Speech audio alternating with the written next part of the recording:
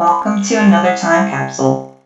Today, we go back to the early days of Zoom Court with Judge Bell.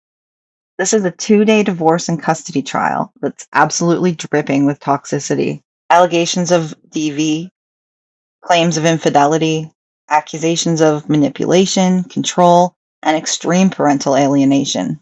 So who's telling the truth here? Is dad a cheating, controlling narcissist? Or is mom a possessive and manipulative liar using her children as weapons?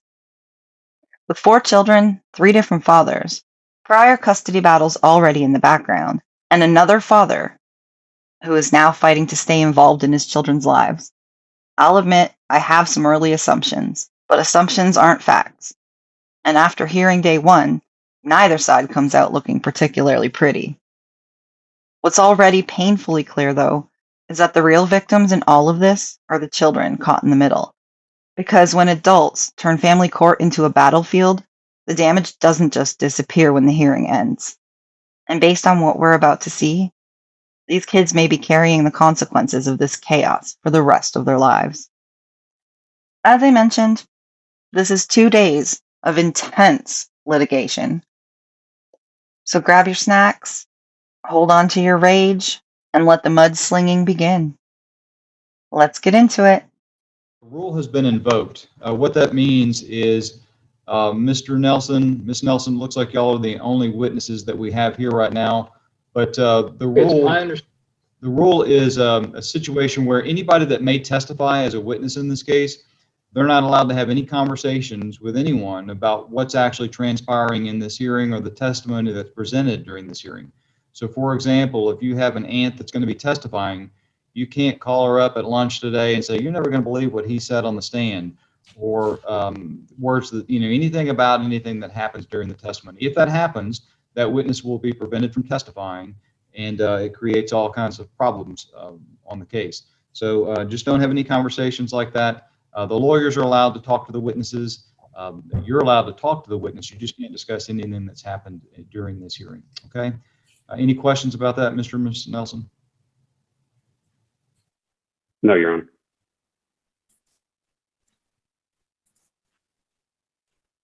No, sir.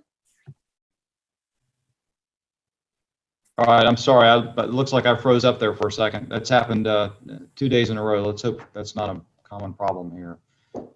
So the other issue I wanted to address with you is similar to Zoom is just like you're here testifying in court. And one of the things about court is when you get on the stand, you're there to testify from your memory. It may be that there are some things that you don't remember. There might be dates or things like that. And it's okay as a witness to not know the answer to a question. These lawyers are both very good. They know how to refresh your recollection if they need to do that. So I want you to testify from your memory. You're not to be looking at any documents. If you bring any documents in front of you or you're reviewing some documents, the other lawyer gets an opportunity to examine those. So if you have personal notes of things that you want to say or things like that, it would be very dangerous to have that in front of you, because I'm going to order that to be shared with the other attorney prior to them questioning you. So don't have any papers in front of you. If the lawyers think that you need to review some paperwork, they know how to do that. Okay? All right. That completes the instructions. I believe we have some stipulations about exhibits. Is that correct? Yes, Your Honor. I believe we stipulated to all of petitioner's exhibits except for P37. That's correct. Ms. Kern? Yes, Judge. So just for the record, P1 through 36 are being offered at this time, Mr. Adams? Yes, Your Honor. P1 through 36 are admitted. And then any stipulations on respondents' exhibits? Yes, sir, Judge. On respondents' exhibits, R1 through R4 are stipulated to be admitted and so offered. R5 has not been agreed to and will be objected to. R6 through R25, R6 through R22 are stipulated to be admitted and are so offered. R23 we have withdrawn because I believe we also have a stipulation that child support will be $2,300 if Mr. Nelson is ordered to pay child support. He's capped out, so we don't need that document. And then R24 and R25 are also stipulated to be admissible and are therefore offered as well. Thank you. Is that your understanding, Mr. Adams? Yes, Your Honor. That's fine, Your Honor. Ms. Kern? All right, so R1 through 4, R6 through 22, and R24 and 25 are admitted. All right, any other stipulations or things that we need to address from anybody before we get into opening statements?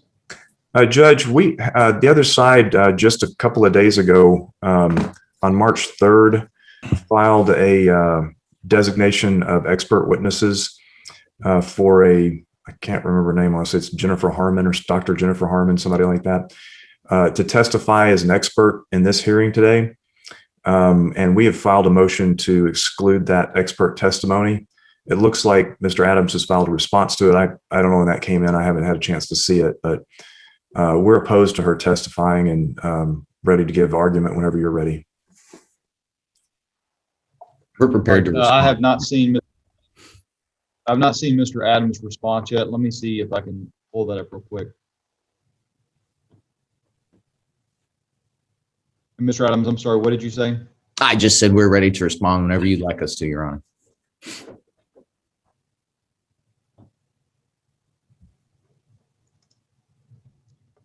So when did you file your response, Mr. Adams? I believe This it was morning? this morning, late last night. Okay. I mean, I would just say, Your Honor, I mean, the motion itself is untimely, but more to the point, I mean, I think we should address the issue so we can figure out how we want to go about these witnesses today. All right, give me 1 second. They're trying to get your answer. I mean, your response to the motion to exclude sent to me real quick. Sorry about that, Your Honor. It's okay. All right, let's go ahead and take that up. They're sending me the response, and I will read that as we're going through the argument. So, Mr. Haston, you may proceed on your motion to exclude. Thank you, Judge. There's really a couple of reasons. The first one's procedural. We filed our request for Rule 194 request for disclosure back on January 15th of this year. They were due on February 15th. This person wasn't listed as an expert at that time, so it's an untimely designation, and it's also a bit of an ambush here just a few days before our hearing, which wouldn't give us time to then get our own expert. Secondly, they've listed that this person is here to just be an aid to the court, essentially, because she's an expert on, she's supposed to be an expert on parental alienation, which I think, as the court knows in the DSM-5, is not even a diagnosis. It's not even a mental health condition that can be diagnosed. So whatever she's going to talk about could be considered not even real science. But secondly, this information that she would be here to testify to would be just as an aid to the court to explain how alienation works, as really a backdoor to try to diagnose my client, although they say she won't be diagnosing anybody. She hasn't seen anything, doesn't know anything about this case. So I would assume that the court, the judge having been a family lawyer for not quite as many years as I have, but for a really long time, has dealt with alienation type issues in his career as well as a judge, and that you don't need a separate person to come along and educate you on what alienation is. We think it's unnecessary and is just bolstering to their case. And additionally, I don't think it's necessary to have this person testify. She's admittedly not a forensic or clinical psychologist. And then lastly, Judge, I mean, we agreed at the last time we were in front of this court, Mr. Nelson, through his attorney, filed a motion to appoint a custody evaluator. We agreed at that hearing to have a custody evaluation.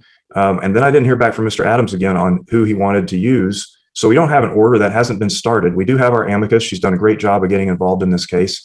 And my position is that if the court is going to appoint somebody, and we've already agreed to appoint somebody who is a clinical psychologist to do a custody evaluation, they would be the ones best suited to not only talk about alienation, if there is any, once they found that there is some through their own investigation. So this is an untimely designation, untimely testimony, and really just kind of trial by ambush.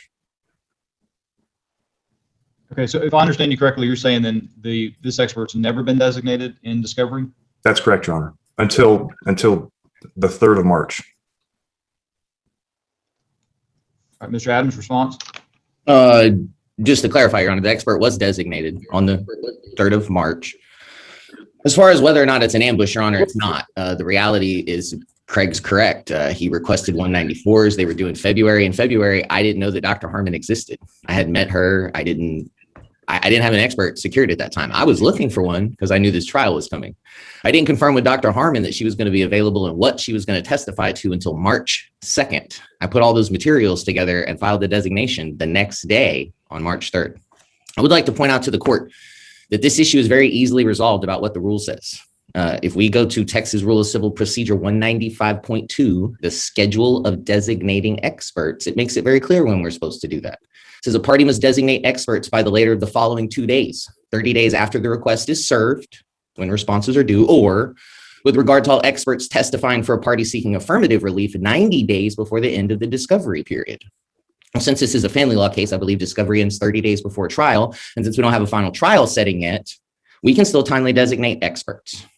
The other thing that I agree with is that counsel pointed out in his motion that parental alienation is not a new issue in this case, which would mean that if opposing counsel had wanted to hire his own expert for this hearing that's been reset, as he said in his motion many times, he could have done that. There's also a case that has confirmed my interpretation of this designation. That's Perez versus Embry Construction Group, which said that exact thing, that people can designate experts timely up until 90 days before the end of the discovery period.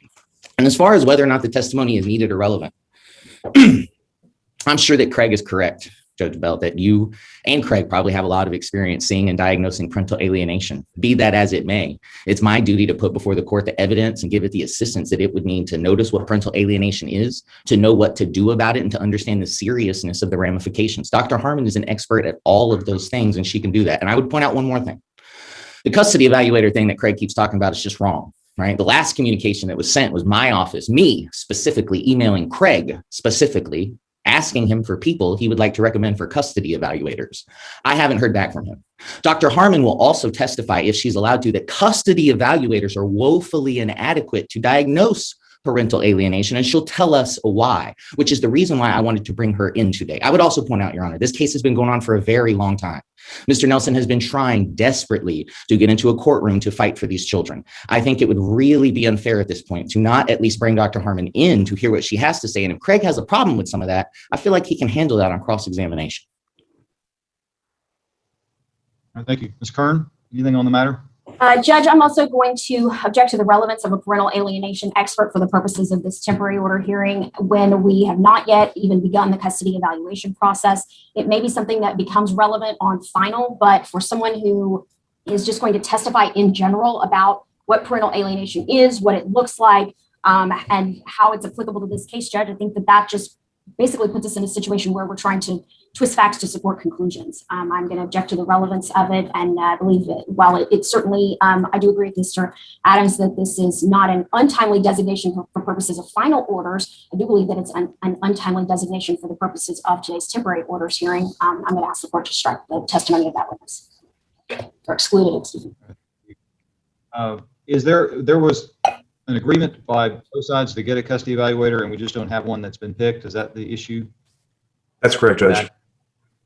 If Mr. Adams sent me that email, I'll take his word for it. I did it before I testified or made my statement to you. I did a search through my emails to see if there was anything, and I didn't have it. So it's possible that it's in there and I just couldn't find it. But Judge, from an amicus perspective, if I may suggest someone so that we can settle this issue and kick the can down the road, Judge, I'm going to request that both attorneys consider Dr. Norma Bax for purposes of custody evaluation. In this case, she's reasonably priced. She can do them fairly quickly. She's very thorough. She's qualified to do them, and has testified in court as to her ability to do so in previous cases.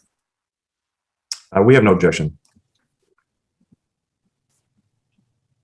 And Mr. Adams, I understand I just sprung that name on you out of the blue, so I certainly understand if you'd like some time to. Is that what we're doing, Your Honor? We're picking a custody evaluator right now? Well, here's the thing. I mean, the case is getting older by the day, and the custody evaluation is going to take some time. So this needs to get resolved and needs to get started so that these people aren't under the umbrella of litigation for 2 years. I don't want to see that happen. So I'd like to get a custody evaluator appointed. I was looking at Jay Bevan in my brain, but I'm fine with Dr. Bax or Dr. Bevan. So what we're going to do is I'm going to give the lawyers an opportunity to investigate those two individuals. And what we'll do is when we come back from our lunch break today, we're going to address this issue, and we're going to get a custody evaluator appointed. So that will give y'all some time. Y'all don't have, I'm not married to those two individuals. If y'all come up with an expert, the two of you or the three of you can agree on, you can pick someone else, but we're going to get a custody evaluator appointed when I come back from lunch today. Okay, the motion to exclude the expert is denied. We will take up the relevance issues during that person's testimony. If there's any relevance objections, we'll deal with those when Dr. Harmon testifies. Okay, at this point, why don't we go ahead and get started with opening statements. Mr. Adams, I believe you represent the petitioner, so you may proceed with your opening statement. Your Honor, I'm going to waive open today. Okay, I'll waive. Mr. Sorry, Judge. Aston, you waive? You waive opening as well? Yes, sir. All right, Mr. Adams, you may call your first witness. Your Honor, we would call Bo Nelson. You may proceed when you're ready. Thank you, Your Honor. Will you please introduce yourself and state your name for the record? My name is Bo Nelson. And Bo, what do you do for a living? I work for Phillips 66 as an engineer. On a daily basis, where do you work from? I work from our Houston corporate headquarters. Without stating your street address, where are you currently living at? Fulshire, Texas. Your Honor, at this time, permission to share my screen? Hit the wrong button, you need to unmute. I'm sorry, Your Honor. I hit Okay, the wrong button, you need to unmute. You may share your screen at this time. thank you, Your Honor. Oh, and if I would ask all three lawyers, we are live streaming. If there is any medical records, HIPAA information, or any financial records where we're doing a bank account or something like that, if you would please let the court know before you share that screen so that I can stop the stream. You may proceed. Your Honor, just as a heads up, we're going to be showing P1. Mr. Nelson, what is this? This is a family photo, Do you remember when this photo was taken? December 23rd of 2019. Looking here on the top left, Mr. Nelson, who's that young man on the top left? Slayton's our stepson, And who's the lady to the right of him? elect stepdaughter. And the two children on the bottom, we got what looks like a young boy on the left. Who's that? Bryson And then on the bottom right, young girl on the bow, who's that? Anderson, And then the lady that you got your arm around to your right. Who Teresa is- Nelson. How old is Slayton, Bo? He's 16 years old today. Your Honor, not to slow things down, but can we do something about that sound? It's pretty I'm not sure distracting. who it's coming from, but it may be someone typing. I didn't. Let's just proceed. Yes, sir. Bo, I believe you said that Alexis and Slayton are your stepchildren, correct? That's correct. How long have you and Teresa been married? 9 years. And when did you first meet Teresa? May of 2011. And how did y'all meet each other? We met on an online dating site. And at the time that you met, where were each of you living? Amarillo, Texas. And how old were you then? I just turned 27 years old. And how old was Teresa then? She was just shy of 36. Where were you working at that time? I was working for Phillips 66 in Amarillo. Where was Teresa working at that time? She was working as a registered nurse at Baptist St. Anthony's Hospital. What attracted you to Teresa? She was very attentive, very attractive, and she was a hard worker at that time. How long was it after you met Teresa until you found out that she had children? It was while we were communicating through the online app that I knew that she had children. You said communicating through an online app. Can you explain that? We were texting back and forth through the online app prior to exchanging telephone numbers. Is that how you met her? Yes. Did you have any concerns about dating a woman who had children? The only concerns that I really had was that another father would be involved in their lives, and there may be some challenges of that sort. Was very career oriented at that point. Did Teresa ever discuss any of those concerns with you while y'all were dating? Vaguely. How long after you met Teresa until she introduced you to her children? I met the kids on our first or second date immediately after going to Joe Taco. She had asked me to pick the kids up at her parents' house, who were keeping the kids during our date, and she asked me to come in and meet her parents and her kids after I dropped her off. Did you think that that was odd? At the time, I did not have kids. I did not think that that was odd. How long did you two date before you got married? We dated approximately 6 months prior to marriage. And what was your dating relationship like? It was very good at first. We were kind of hit and miss, and then I was in the process of moving down to Midland, Texas. Why were you in the process of moving to Midland? My job in July of 2011, I was notified of a promotion opportunity that would take me to Midland, Texas. Did you and Teresa discuss marriage before you agreed to get married? Vaguely. Which one of you brought up getting married? Teresa. Can you describe what that conversation was like? So Teresa had accepted a position down in Midland at Midland Memorial Hospital in September of 2011, began spending several nights a week down there. And in the event of her kids being away from her and staying at her parents' house, who were 7 and 12 at that time, she was concerned about not spending time with them. So let me make sure I understand. When y'all were dating, you were working in Midland, correct? Beginning in August of 2011. That's correct. And Teresa was living where? In Amarillo, Texas. In Amarillo with her 2 kids. Yes, sir. And she was going back and forth from Midland to her kids so she could see you. Is that right? That's correct. And that prompted a conversation about you two getting married so you wouldn't have to all be apart. That's correct. Okay.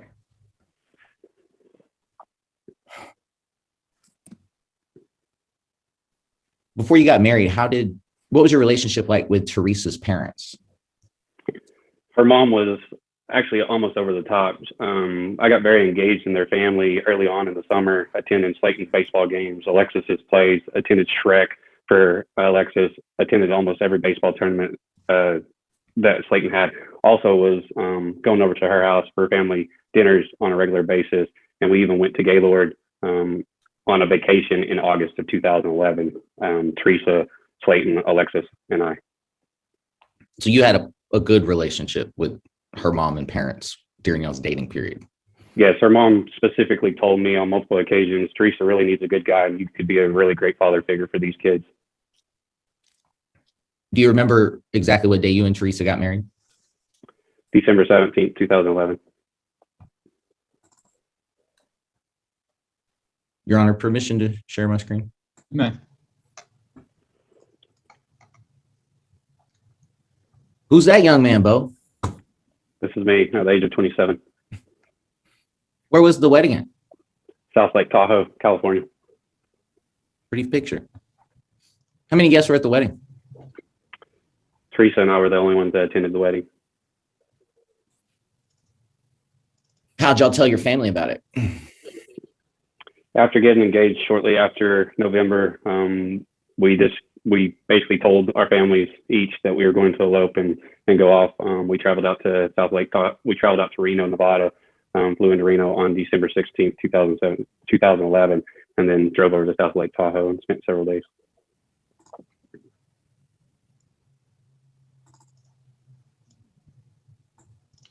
Your Honor, permission to share my screen again?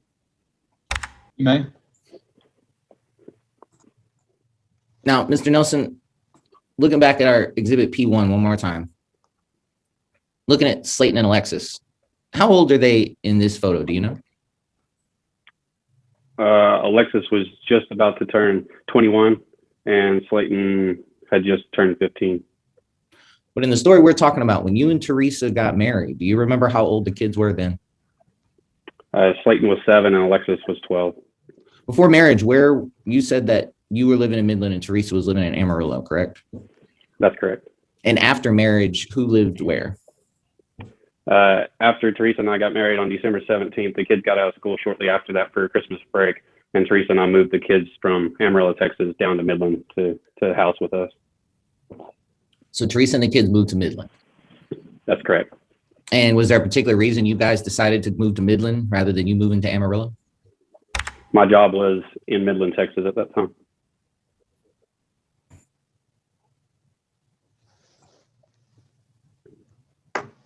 Your Honor, permission to share my screen?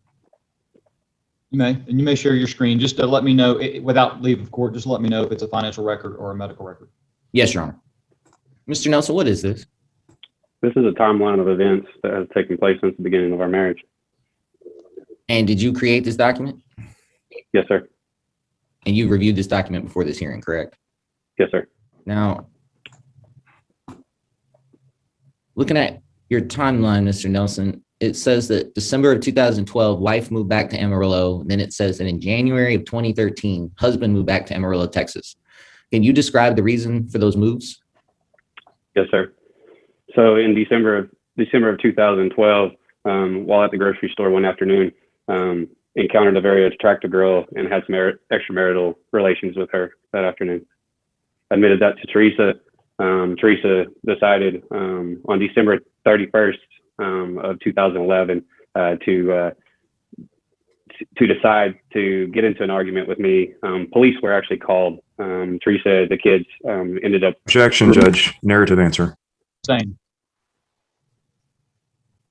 Mr. Nelson, what was the reason why you guys moved back to Amarillo? Due to Teresa moving out of the house.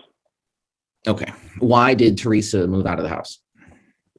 Due to extramarital relations that I had in late 2011 or 2012. What was Teresa's reaction to that affair? She wanted a divorce at that time. Why didn't you get a divorce? Approximately 2 to 3 weeks later, Teresa called me up, wanted to discuss and have a conversation. And we both apologized, decided I would reach out to my manager. My manager at that time agreed that he would move me back to Amarillo to try and save my integrated family that I had developed. So Teresa reached out to you after the affair about reconciling the marriage, correct? That's correct.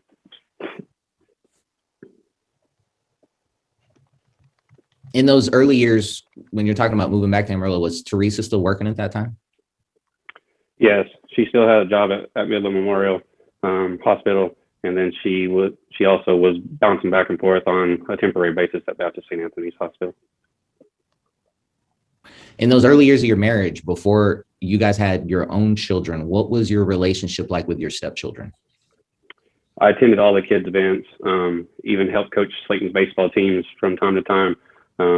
We took the kids regularly to the lake, fishing, hung out as a family, went on vacations, swam around our pool in Midland, so it was good.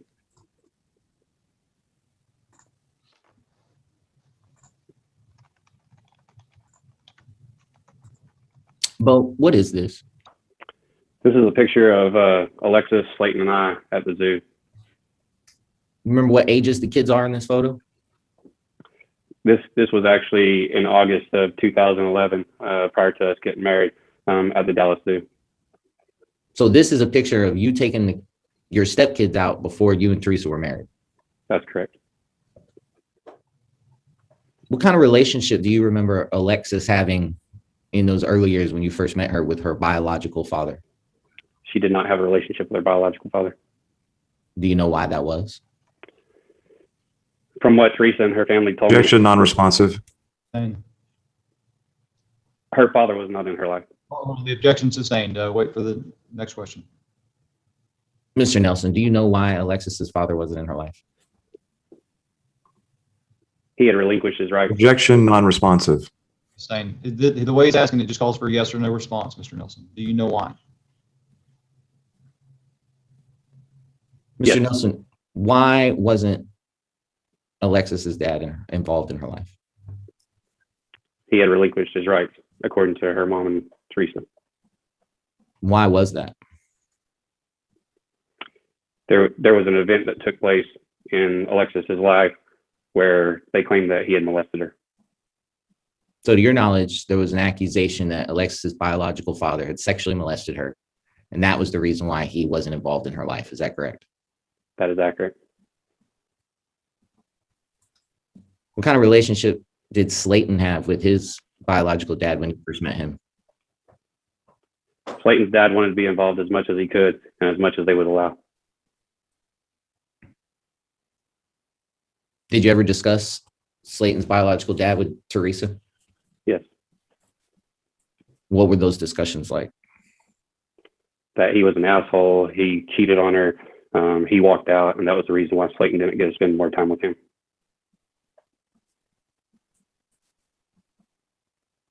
Did Teresa ever say anything to you that made you think that she wouldn't let Slayton see his dad for any particular reason? Yes. What would she say? She said constantly that he was a bad influence on his life, that he drank too much, and that she didn't want him to have access to him on certain occasions. What effect do you think that a lack of a relationship with their real dad, both Slayton and Alexis, what effect do you think that had on them? Objection calls for speculation. Same objection, Judge. What effect did you witness as their stepdad that it had on them by not having their biological dad in their lives? Slayton spent a lot of time in his room, depressed. Alexis very much took to male figures such as Teresa's dad and myself. What effect did a lack of a relationship with a real dad have on you and Alexis's relationship? Both. I was able to spend a significant amount of time with Alexis, including attending her dad's day at college for her sorority activities, teaching her various different things, showing her how to change a tire prior to her driving out of the driveway on her 16th birthday.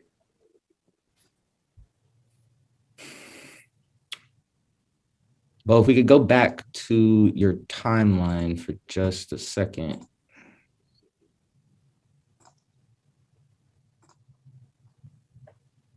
I'd like to draw your attention to your timeline where it says 2014. What happened on January 2014, Bo? Aniston Newborn. Is that her? Yes, sir. What time was she born that day? 12:10 a.m. 10 a.m. Barely made it. How'd you guys feel about the birth of your first child? We were very excited about our first child, and we thought that it may be an opportunity to really mend some hurt feelings from the past. Is that something that you two had discussed, mending hurt feelings?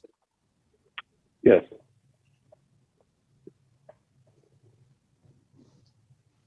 But one of the next things on your timeline, it says in June 2014, the parties moved to Bartlesville, Oklahoma. Can you tell us why you moved to Bartlesville, Oklahoma?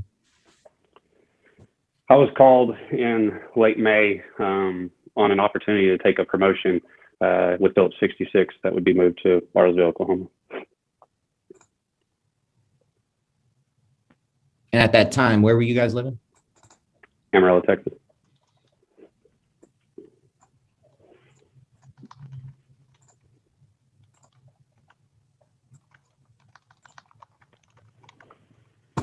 Bo, does that look like the right distance and drive time for Amarillo to Bartlesville? Yes, sir. It's pretty far. Yes, sir. At that time, when you guys moved to Bartlesville, where were Teresa's parents living? Amarillo, Texas. How often would Teresa see them then? Fairly frequently. She would drive between there and Amarillo.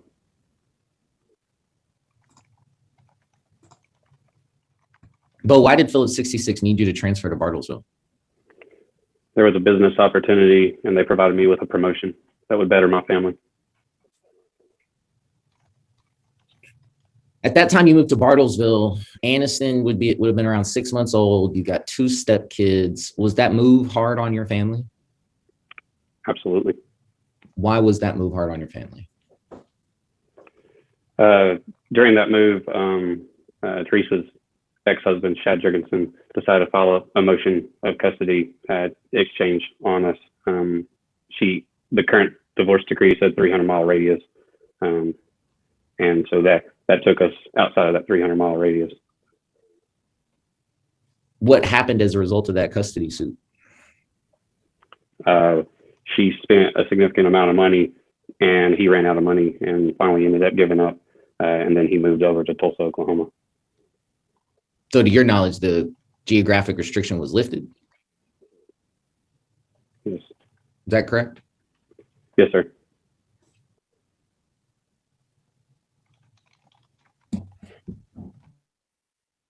Bo, can you describe what your family life was like once you guys moved to Bartlesville, Oklahoma? Teresa loved Bartlesville, Oklahoma. My parents were over there, so they were around their first true grandchild and their bonus grandchildren. But Teresa's and I's relationship was very rocky at that time. A lot of arguments, a lot of fights, a lot of verbal confrontations going on. Thinking back to that time, Bo, what do you think were some of the main causes for the problems with your marriage? So at that point, Aniston was 6 months old. Aniston was sleeping in between Teresa and I, which I did not agree with. And it was causing a lot of conflicts in our marriage around the intimacy, around the communication. And then their kids were going to bed approximately the same time as us. So we had zero communication at that time. In 2015 on your timeline, it says that your second child was born. That's correct. And Bo, I always butcher it, so please say it for the court. His name is Bryson. And Bo, who is that? That's Bryson, Aniston, and myself. And where were you guys at? Bartlesville, Oklahoma. Your daughter looks scared there. Was she? I think she was a little jealous. Yeah, they do that. How'd you and Teresa feel about having your second child? Once again, we were happy to have another kid, and we thought maybe this would be the time when we would really start to turn the tables and really start to work together as a marriage and move forward. At that time, was Teresa still working? No. When had she stopped working? Teresa stopped working in 2013 after she had gotten pregnant with Aniston.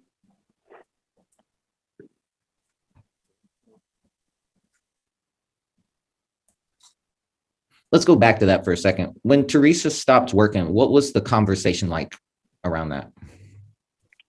Teresa had always desired to be a stay-at-home mom.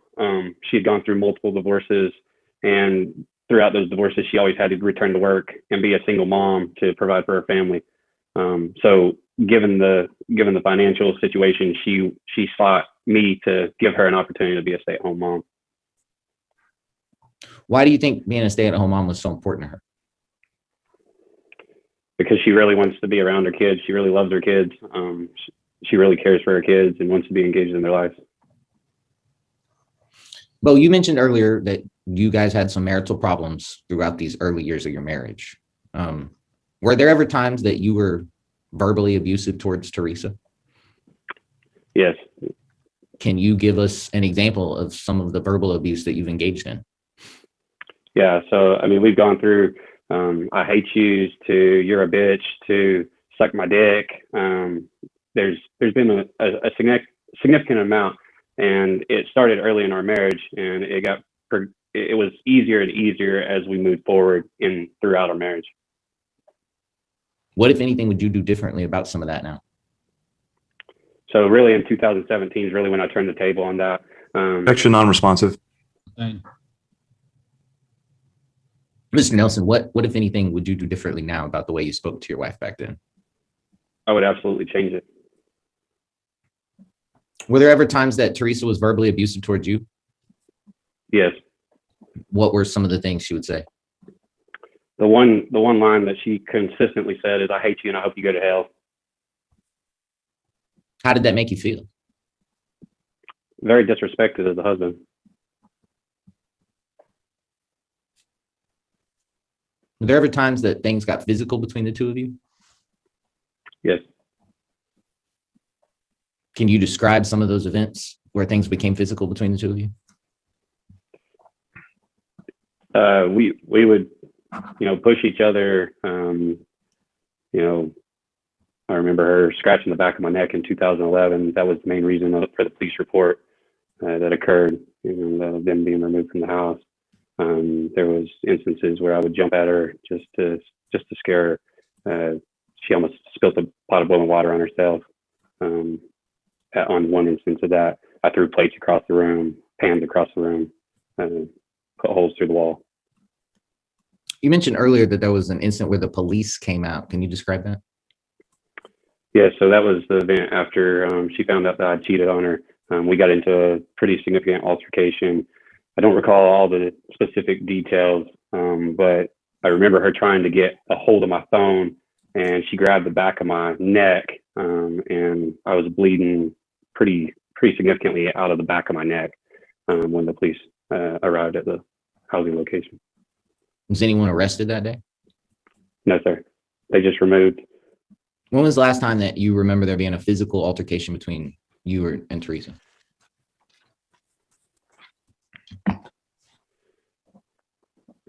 I honestly don't recall. Was it at least more than a year ago? Yes, Your Honor. Yes, sir. Was it more than 3 years ago? Yes, sir. More than 5 years ago? It probably was somewhere around 2015 or 2016. And since around 2015 or 2016, there haven't been any other physical incidents between you and your wife, correct? No, sir. Bo, you mentioned earlier that you've been unfaithful to your wife before, right? Yes, sir. Have you detailed those instances in your responses to interrogatories in this case? Yes, sir. As a young man, do you feel like you were a perfect husband to your wife? No, sir. Is there anything you'd like to say, take responsibility for in those terms here and now? Yes, sir. What is that? I regret a lot of the verbal communication, the verbal abuse that I've said to her. And in 2017, I really turned the tables. I got a mentor at work, looked in the mirror. I had a 1 and a 3-year-old sitting in front of me. My dad had spent 34 years at Phillips 66, retired from him. My grandfather spent his whole career at Phillips 66, retired from him. And at that point, I said, do I want to be kicking rocks down the road, or do I want to be working for this company during retirement? Why do you think that you two didn't divorce during those first 5 years of marriage if things were as rough as they might seem? I truly believe that Teresa did not want to end up as a single mom again. And I honestly believe that she was secure with the financial situation that she was being kept up to. Let's go to the next item on your timeline, but there's something on here. It says October 15th, 2016, Bryson got nurse's elbow. Well, what happened to Bryson's shoulder and elbow in October of 2016? So on that date, we had pulled up to a football game. I needed to get Bryson dressed. After getting Bryson dressed, I did what any dad would do, grabbed his arms, told him to jump out on the curb. Upon him jumping towards the curb, I heard a pop in his arm. We got into the stadium, sat in the stadium with Bryson all game. He was kind of what it sounds like, nurse's made elbow. He was nursing that elbow, wouldn't move it, and was in a lot of pain throughout the game, but definitely smiled through some of that activity as well. Did you get him any treatment for that injury? That Saturday, Teresa did take him to the doctor. Bo, have you ever hit any of your children or stepchildren in an abusive or inappropriate way? No. Have you ever slapped your children or stepchildren in the head or face? Yes. When you did that, was it done in an inappropriate or overly aggressive way? No. Bo, how have you physically disciplined your children? One specific instance is with Aniston. She was on some medication at the time. What we did not appear to know as would cause children to hallucinate. The instance was so bad that she had slapped my dad in the face and told him to get out of her room, and she hated him. Upon sitting at a ball game one day, she mouthed off to Teresa, and I kind of popped her on the side of the face around the temple area, just to get her to watch her mouth. What, if anything, did Teresa say to you about that? Nothing at the time. What, if anything, did she say to you later about it? Nothing at the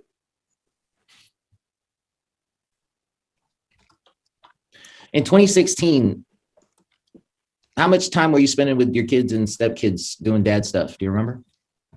I was spending a lot. But what is this? This is a collage, a photo collage. Are all these photos events from 2016? Yes. And all these are of you and your kids or stepkids? Yes, sir. What about this photo on the bottom left here where you're wearing the tie? Where was that photo taken at? That was at Slayton Jurgensen's elementary school. What about this photo on the top right? Looks like you're on a boat. Where was that photo? Aniston and I were out fishing. You remember where y'all were fishing at? Lake Waxahoma. You catch anything? Absolutely. She has a fish in her hand. There you go. Next thing on your timeline, Bo, it says that in November of 2016, you were transferred by the company to Stillwater, Oklahoma. Why did the company need to transfer you again, Bo? I had a business need and I had another opportunity to get a promotion. You remember how far Stillwater is from Bartlesville? Approximately an hour and 40 minutes.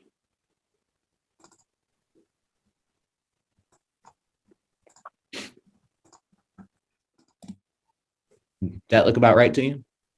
Yes, sir. So that move to Stillwater was a little closer back towards Amarillo. Yes, sir.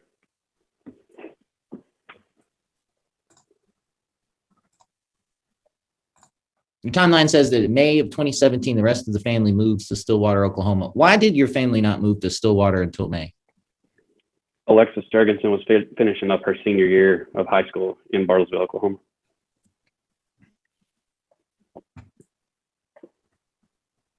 How did Teresa react to moving to Stillwater? She was excited as Alexis would be attending Oklahoma State University in August of 2017. Remember some of the fun things you did with the family that year, Bo? We ended up getting season football tickets, season basketball tickets, took the kids to a lake called Lake McMurtry there that was local to Stillwater quite a few times. Now, you said Alexa went to Oklahoma State. Who else in your family went to Oklahoma State? I attended Oklahoma State. This photo here, black and white, center at the top, looks like you and Alexis. Where was that taken?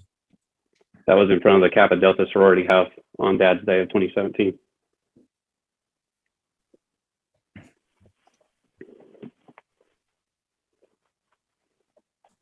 Next on your timeline, it says December of 2018, parties moved to Bushland. Why did you and your family move back near Amarillo in 2018? Once again, Phillips 66 had a business opportunity, and they gave me an opportunity to go back there. How did Teresa feel about moving back to Amarillo?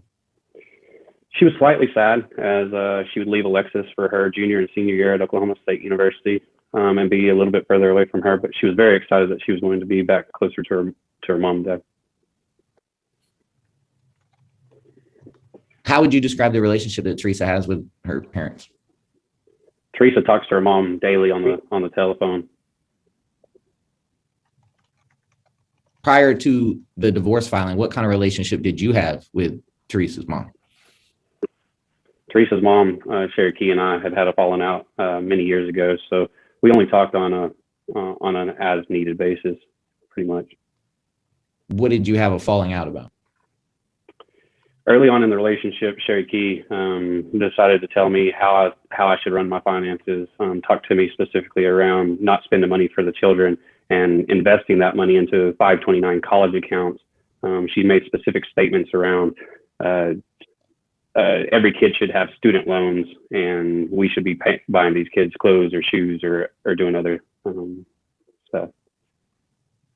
So you had a financial disagreement with your mother-in-law about spending money on the kids. Is that right?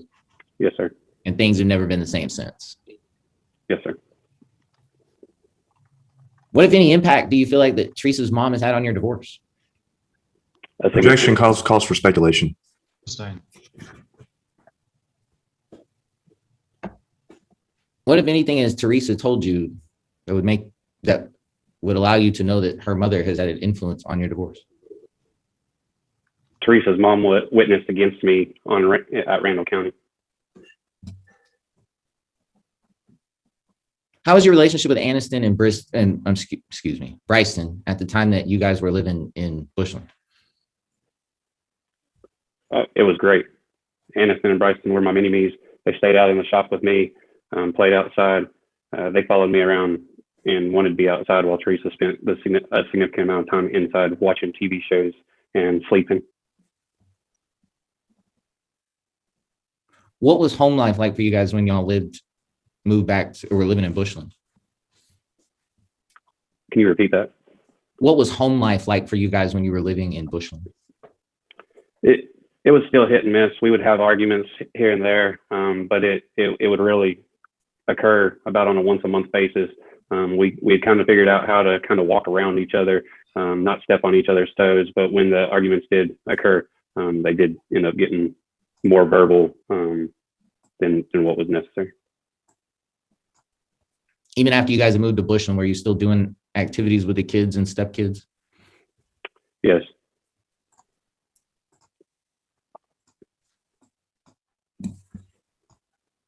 Bo, what is this? A photo collage. And are these things that you guys did in 2018? Yes. This photo over here on the bottom left, who's in that photo? Aniston, Bryson, and me. Where were you guys at that day? We were at the zoo.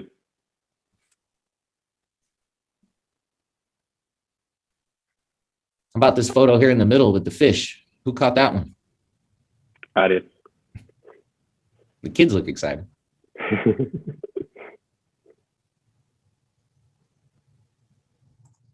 When you were living in Bushland, did Alexis have any relationship with her biological father at that time? Yes, sir. When you were living in Bushland, what was Slayton's relationship like with his biological father? He saw him on the weekends that he didn't have extracurricular activities to where Teresa would say that he couldn't travel on Fridays. Describe why it is that Slayton couldn't travel. Whether it was a family event, a birthday party, some other kind of event that Slayton may have, she would basically stem around that and say, even though this is your time and your weekend, I'm not going to drive him over there until after this event or exchange him. And some weekends he just didn't get access to him at all. Was Slayton's dad's possession and access ever something that you and Teresa discussed? No. What, if anything, did you hear Teresa say to Slayton about his dad? She consistently told Slayton that his dad cheated on her and that he walked out. Otherwise, he would get to see his dad more frequently. She also stated, I don't want to hear anything about your dad on a regular basis. What effect did you see that have on Slayton? Slayton became very aggressive. He became a very aggressive young teenager, even to the extent where he had some physical altercations with his mom, specifically one instance where they were wrestling around and Teresa had him pinned down inside the closet.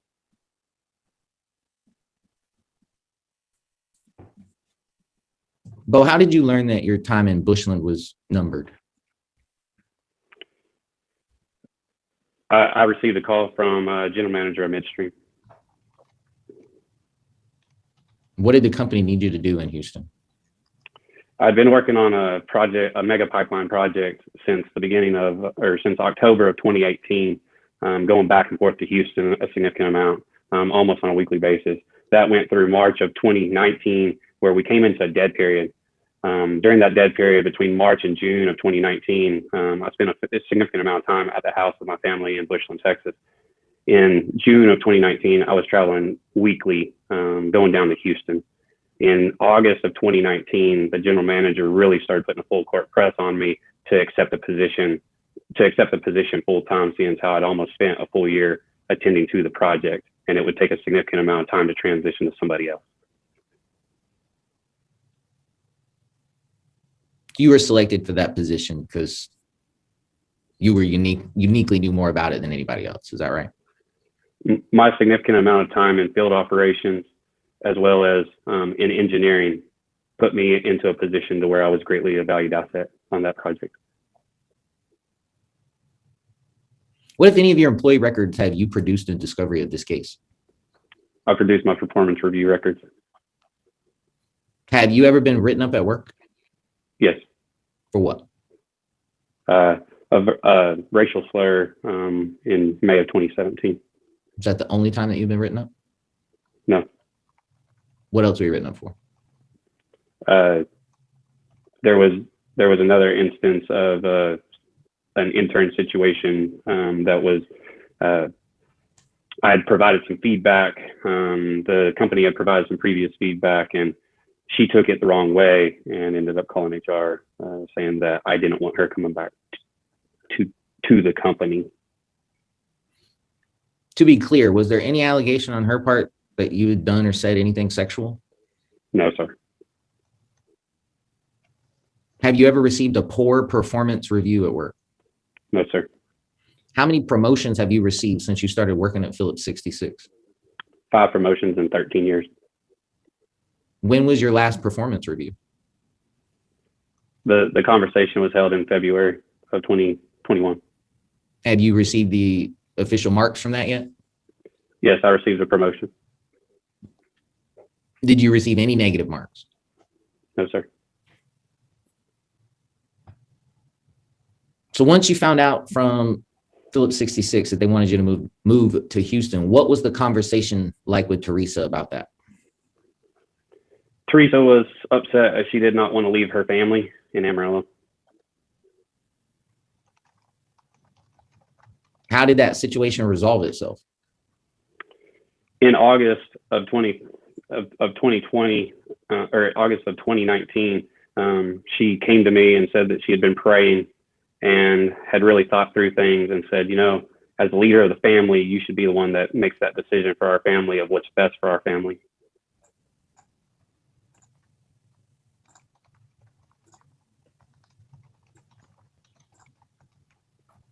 Was that a conversation, or were you talking about this text message? That text message.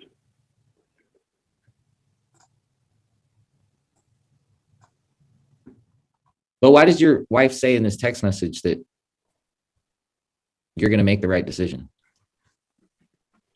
She said because she had been praying and God leaned on her heart that I should make the best decision that I'm going to do as the godly leader of the family. And for the first time in 8+ years, that she viewed me as not being selfish any longer, but she was going to, that she saw that I was making that decision based off of not only Slayton, Alexis, Bryson, myself, and what was actually truly best for our family.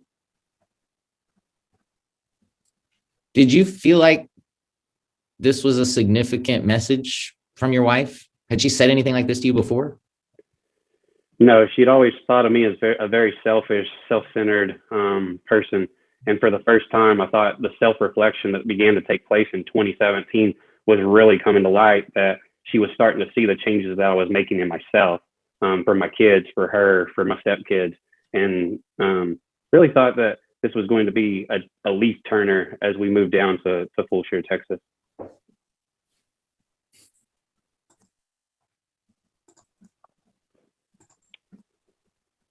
Oh, whose idea was it to move to Fulshire? Teresa's. Why did your wife want to move to Fulshire?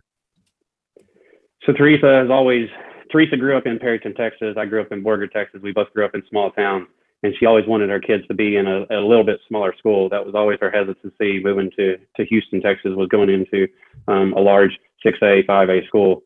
So Fulshire was a much smaller school with a much smaller population. It was 10,500 people at that time. What factor was the quality of the schools in Fulshire? The schools are great. What kind of home did you guys buy there? We purchased a 3,900 square foot, 5-bedroom, 4-bath house. Was it used or new? Brand new.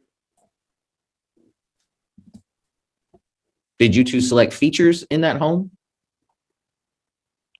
It was already previously built. Oh, okay. Who signed the mortgage papers on the house?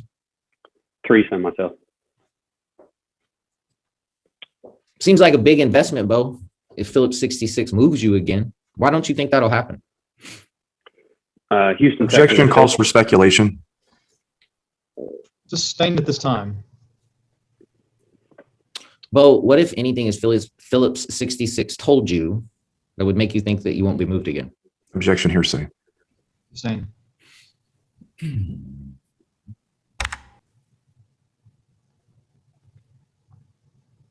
Now, Bo, if we could, I would like to go back to your family photo one more time. That's P1.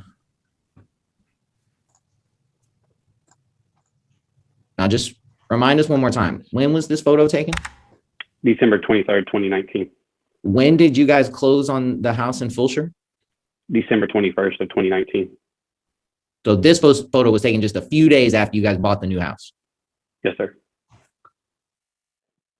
After closing on the house, your timeline says January 1st, 2020. Wife moved to Fulshire with children. Which children moved to Fulshire with you and Teresa? Slayton, Aniston, and Bryson. And where was Alexis living at that time? She was still attending Oklahoma State University in Stillwater, Oklahoma. What school did Slayton start attending in January of 2020? Fulshire High School. And what school did Aniston start attending in January of 2020? Huggins Elementary. Bo, how would you describe your marriage and where things were headed for you and Teresa after you moved to Fulshire? I thought things, like I said, were really looking up and that we were going to turn over a new leaf. All right, Mr. Adams, I think it sounds like about to transition into a new topic. So why don't we go ahead and take our morning break? I normally do that at 10:30, but we got kind of a late start. But let me let people hit the restroom or get water, whatever they need to do. We'll resume in, let's do 11:10. We'll resume at 11:10. We're going off back on the record in the Nelson matter. We're going to pick up where we left off. Mr. Adams is on the direct of Mr. Nelson. Mr. Adams, you may proceed when you're ready. Thank you, Your Honor.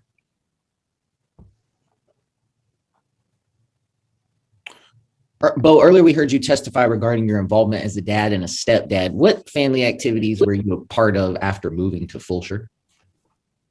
Yeah, so I attended Slayton Jurgensen's Meet the Chargers in February of 2020. Attended Aniston Daddy-Daughter Dance in 2020 at Huggins Elementary. We went kayaking later on in the summer, or in May of 2020 down at Kemah, but took the kids to the park a significant amount of time, met a lot of the neighbors there, and got Aniston and Bryson involved and several friends in the neighborhood. Bo, what is this? This is a picture of Teresa, Bryson, and I kayaking down at Kemah. Did you guys have fun that day? Yes, we did. Where was Aniston? She was in front of me. Hard to take a selfie with her in front of me. All right. Bo, what is this? This is an email to Aniston's teacher. When was this message sent or received? On May 19th, 2020. And do you know who sent the message? Teresa Nelson. What was she communicating about here in this message? This was concerning Aniston's kindergarten graduation. What was the issue? Her teacher was planning on coming and having a virtual graduation at the residence of Teresa and I was not going to be able to attend due to me being at the office at this time. Whose idea was it to reach out to the school and make sure that you could be at the graduation? Teresa's. Why do you think Teresa thought it was important for you to be there? Because kindergarten graduation is a significant event for a little girl. It's one of the first milestones where they're going to progress as they move forward in their life. What exhibit was that? That was P14.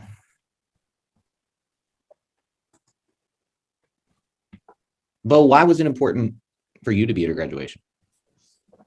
Because as a dad, I want to be able to show up for my daughter on all of her special events, and she's going to continue to look up towards her dad on what a male figure should look like for the rest of her life. Bo, do you know what this is? This is an email from Teresa Nelson to our Resources for Life through Phillips 66. What was Teresa asking them about? Counseling. What was the counseling for?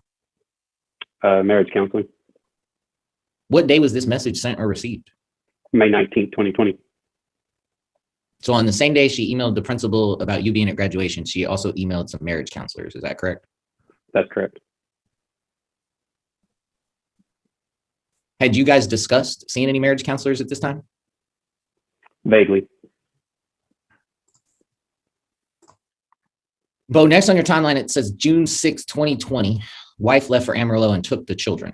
And then on June 19th, 2020, wife returns to Fulshire and goes back to Amarillo. Why did Teresa spend 2 weeks in Amarillo at the very beginning of summer break? On June 6th, Teresa drove out of the driveway and then sent me a text message, a very long, extensive text message that mentioned that she needed a lot of time to heal from some of her past traumas and that she was tired of putting Band-Aids on things and needed to work on herself. And then she also wanted me to work on myself while she was absent away from our residence. What did you understand that to mean in terms of the status of your marriage? That we were not really separated, not divorced, that we were just working on ourselves, and that she was planning on coming home. The day after your wife brought the children back to Fulshire from Amarillo, your timeline says June 20th, 2020, husband takes children and Alexis for a day at the beach in Galveston.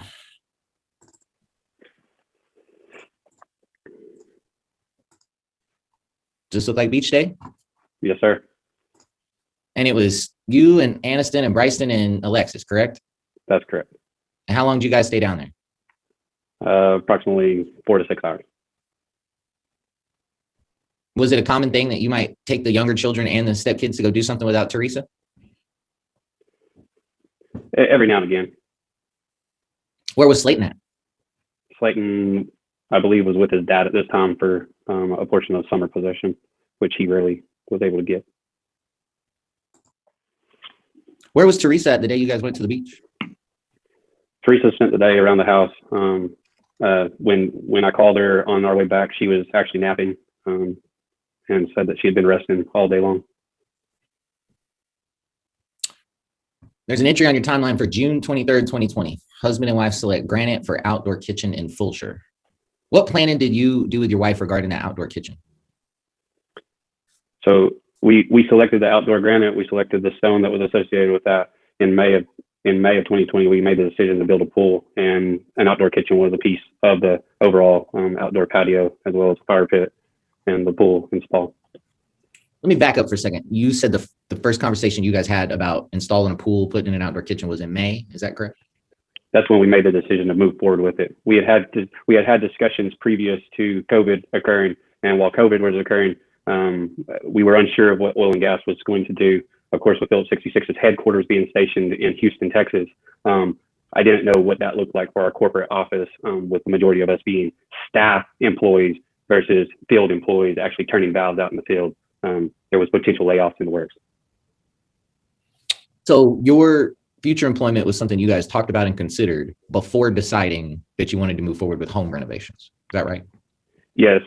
I've always been financially savvy on making sure that we were Objection, non-responsive after yes. Sustained after yes. Looking back at your timeline, Mr. Nelson, I see an entry on June 26, 2020. It says your wife goes to stay overnight with stepdaughter at stepdaughter's apartment in Houston, and you had Aniston and Bryston in Fulshire. Can you explain that time entry for me? Yes. So Teresa, at the beginning of this, after June 6th, she began to try to get this 2 weeks on, or every other weekend exchange going on between her and I. So this was since I was going to be on vacation over 4th of July holiday, she was going to allow me to have the kids, but she did not want to be a part of any of the activities that were associated with those kids during that time. So she went and hung out with her daughter, Alexis, and then she went back to Amarillo on June 29th. I had the kids at the house by myself for the majority of that time, and then my parents came down and spent some time with their grandkids. Bo, what's this? This is a picture of Bryston and myself sitting out waiting for the fireworks on 4th of July. So this was during the time period that you had the kids you just talked about? Yes, sir. Where'd y'all go watch fireworks at, you remember? Fulshire High School. Your timeline says on July 5th, 2020, husband gave kids to wife in Weatherford, Texas. Wife and kids returned to Amarillo. Bo, given that your wife had been in Amarillo since June 29th, Why didn't she come home to Fulshire rather than you meeting her in Weatherford? At the time, Teresa still was not sure. She said that she still needed time to heal herself and work on the trauma that she had inherited as a younger child and through her teen years. So it was at that time that she decided to go back and stay with her parents once again. At that time, what did you understand her intention to be in terms of coming home? That she was still planning on coming home.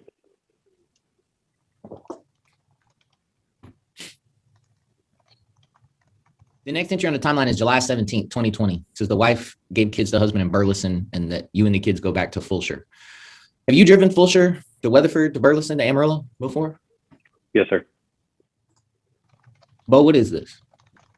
This is a map. And does this look to be fairly accurate in terms of your experience for where Weatherford and Burleson versus Fulshire and Amarillo are at? Yes, sir. So these locations, Weatherford and Burleson, roughly are about halfway between Amarillo and Fulshire? That's accurate.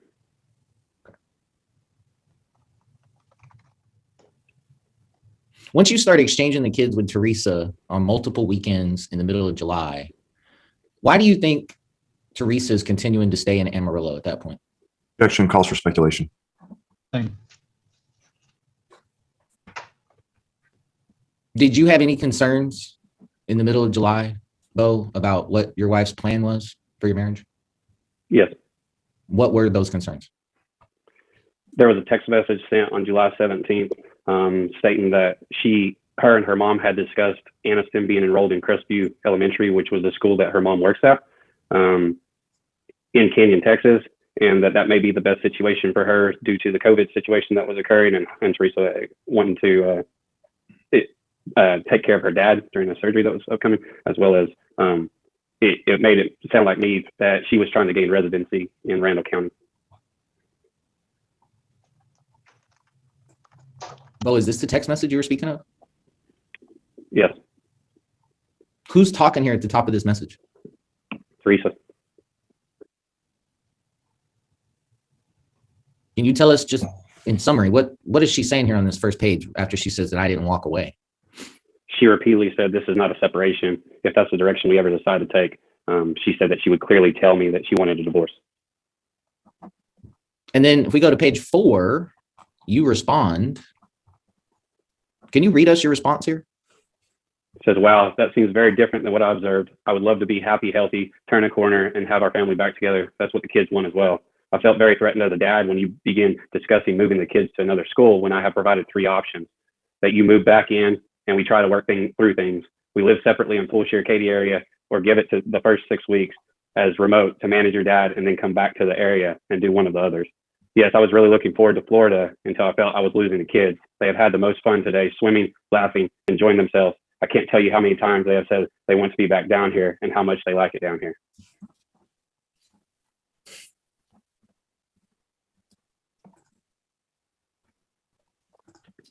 Mr. Nelson, why'd you want your kids back? Because if they moved to Amarillo, Texas, it would significantly affect my relationship with my kids.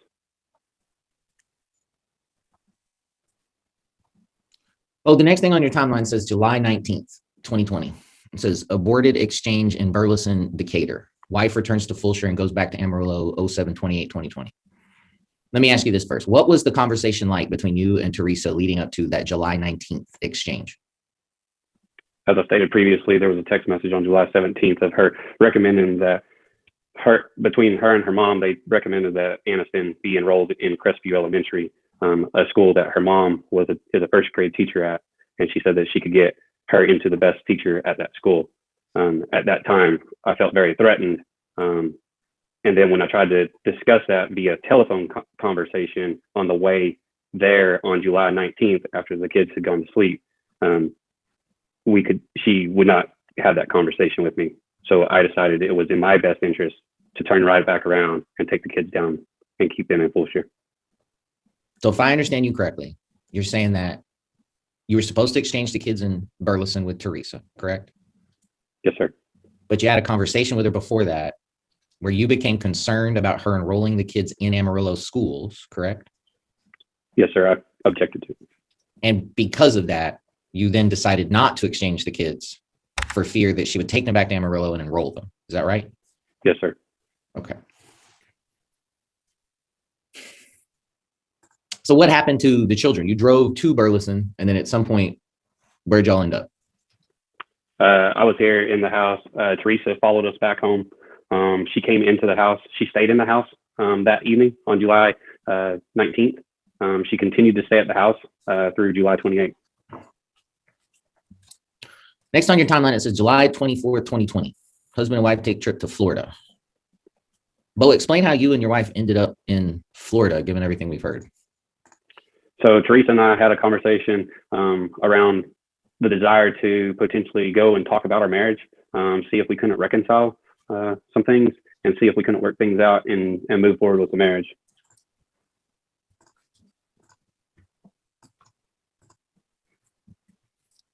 Oh, where was that photo taken at?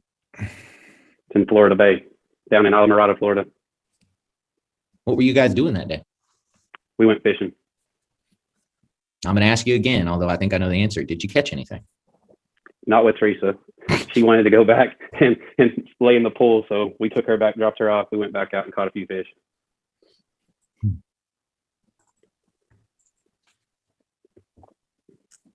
I'm going to ask this question, although I think you've answered it. Whose idea was it to go to Florida? Mine. And what did you hope that you guys were going to do on that trip? I was really hoping to work on the marriage, really reconnect with Teresa on a personal level.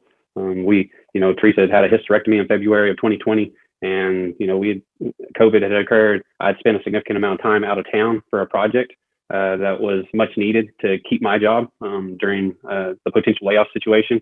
And when the significant amount of time that she had spent away during the summer, I was really hoping that we could work on things. Were you able to work on any of that stuff on that trip? We talked some. When she came home, she slept in the bed, the marriage bed, for the first time since probably May of 2020. And I thought, hey, we're really going to turn a corner. She slept in the bed on Sunday, July 27th, and on July 27th, and on Monday, or July 26th, and on Monday, July 27th. And then she left on Tuesday, July 28th. The next thing on your timeline is that on July 28, 2020, wife returns to Amarillo to care for her father. Yes, sir. But what is this? This is a handwritten letter from Teresa. And when did you find this letter? This was on Tuesday, July 28th. Can you read us this letter, please, Bo? It says, Bo, thank you for being so understanding about my dad needing me. I appreciate that. Thank you for working so hard to provide for the family. I hope that we can both continue to work on healing. Love, Teresa. So at the end of July, after you had been concerned that she might enroll the kids in Amarillo schools, you found this note and she went back to Amarillo. How did you feel at that point about the situation? I felt a little bit better that I could trust her and hope that she was going to come back down before the kids started school.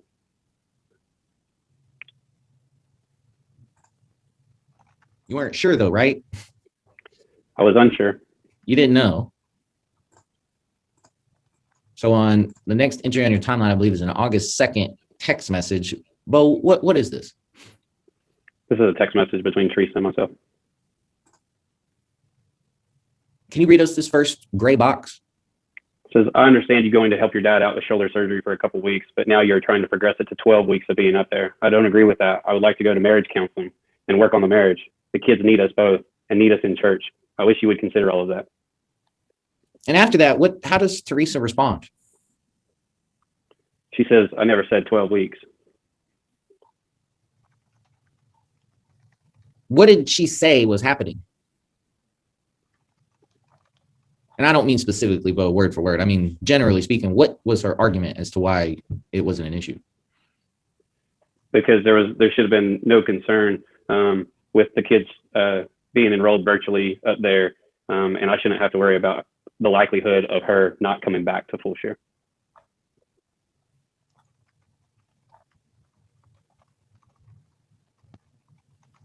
Can you read us what it says, Bo, in black, the black section here, bottom on page 4? It says you have. It says you have had the kids every other weekend since we decided to take a little time for both of us to work on ourselves. You suggested a 2 to 3 month separation, and we agreed not to spend the money on you a 1-bedroom apartment. I've come back a couple of times throughout the summer. I never tried to enroll the kids in Amarillo. You asked to bring all options to the table, and you shut down after the first one. We have agreed on enrolling the innocent virtually for you to take it off the table once I agree. He doesn't have a girlfriend in Amarillo. They broke up almost a month ago. Who is the he that she's referring to? Slayton. What was the issue with Slayton and his girlfriend? Teresa said one reason why she wanted to go back to Amarillo was because Slayton was depressed and sitting in his room on a constant basis, crying himself to sleep. Well, next on your timeline, it says August 4th, 2020, that you retained the Hunt Law Firm. Why did you finally decide to retain us? On August 4th, I was on my iPhone looking at Find Friends and noticed that Slayton Jurgensen had been at Bushland High School for approximately 3.5 hours. I reached out to Teresa, asked her if Slayton had started practicing football at Bushland High School. Upon her response to me, she said, "It's none of your business. That's between Shad Jurgensen, his father, and me." At that immediate moment, I knew my kids were not returning back to Fulshire, Texas. Why did you assume that they weren't going to return? Because now I knew Slayton had enrolled in Bushland High School, and she would not leave her son away from them. And it concerned me that my kids would not return as well. You happen to remember what the initial retainer was that you paid our firm? $5,820 after we had previously had a $180 consultation previously. What method of payment did you use? Chase Visa card. Did Teresa have access to that card's activity? Teresa Mon, yes. Have you ever become aware that she checks the activity you're spending on that account? Yes. How did you become aware of that? Teresa filed for a divorce on August 5th of 2020, shortly after she had found out that I had retained Hunt Law Firm. Next on your timeline, it says August 5th, 2020, wife files for divorce in Randall County, Amarillo, Texas. On August 5th, 2020, were you aware that your wife had filed for divorce in Randall County? No, sir. When did you become aware that she had filed for divorce in Randall County? When I was served on August 18th. Your Honor, at this time, I'd like to publish and play what's been marked as petitioner's P23. I will tell you, Your Honor, it is, I believe it's 18 minutes. I believe it's 18 minutes. I do think everything in it is relevant. All right, you may publish it at this time.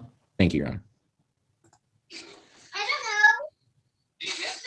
And Bo, before I do play this, will you go ahead and tell us when was this recording made? Who's on the recording and where's everybody at? The recording was made on August 6th. I was in Fulshire, Texas at the residential home. Teresa Nelson was in Amarillo at her parents' house, and Aniston and Bryson are in the recording at her parents' house. Do you want to see me? Mm-hmm. You want to give me a big hug? I miss you so much. But I didn't like when you took down the pictures. When I took down the pictures. Remember? What? Mom and we were riding with you and we were going back home because Mom didn't call. Yeah. I didn't like when you took down the picture. No, they're probably gonna remain down, buddy. Wait, remain down? Yeah, we're not gonna put back up. Not? No. Why?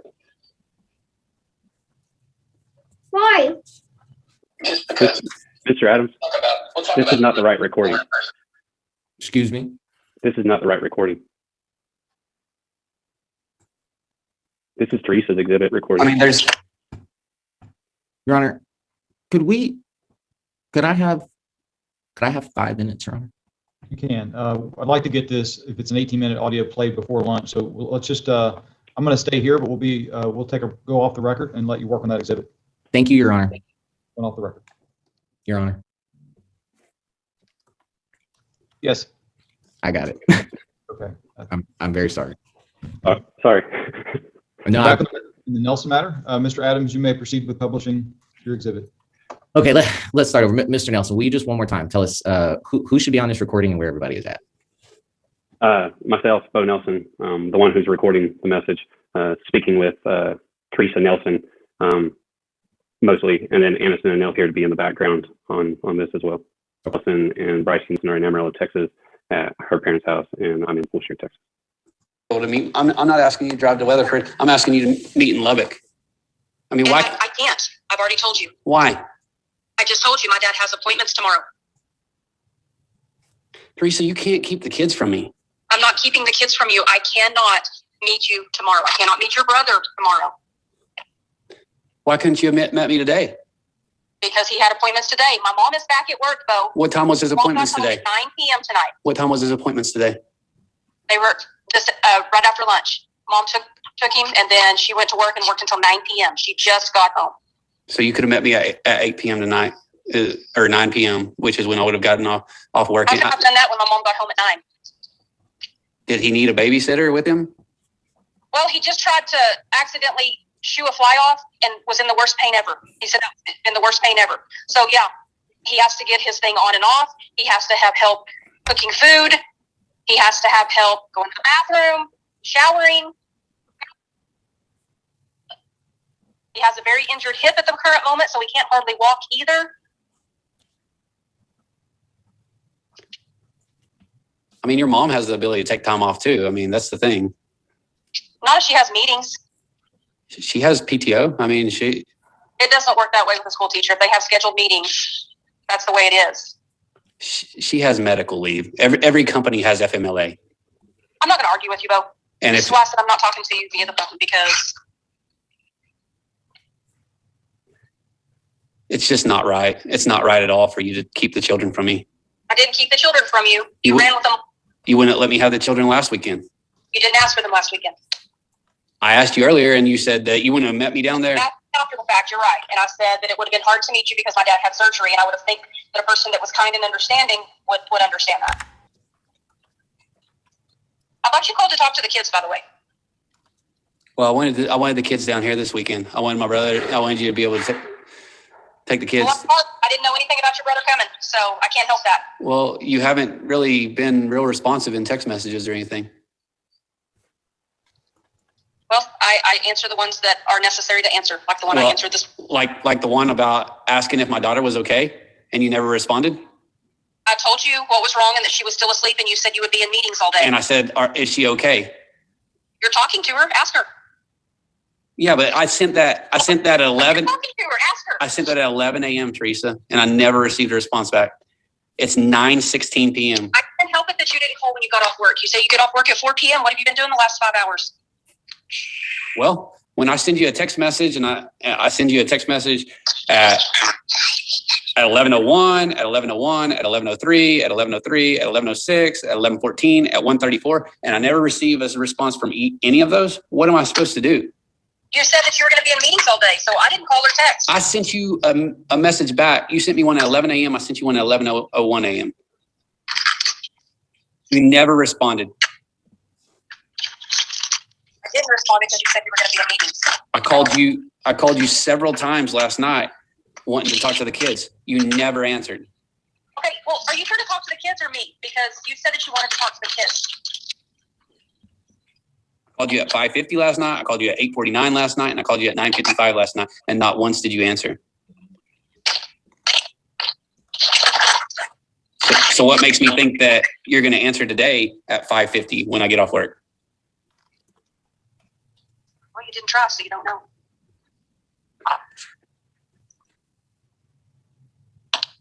I'll be up there to get the kids first thing in the morning.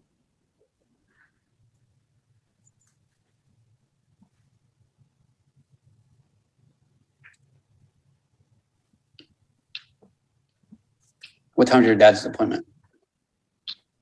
I don't have to tell you what time my dad's appointment is. That's for my dad to know and not you. Okay, well, I'll just come up there to get the kids then. Well, how are you going to enjoy your weekend with your brother? I'll be up there at 9 a.m.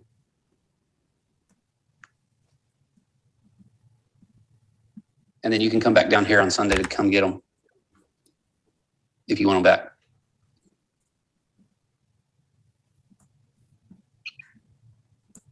It's not right, Teresa. It's not right by any means.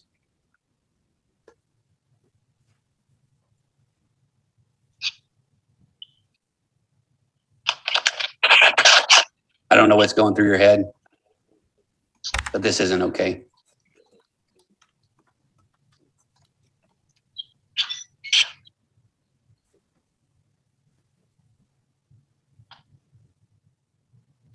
I mean, why do you think that this is okay?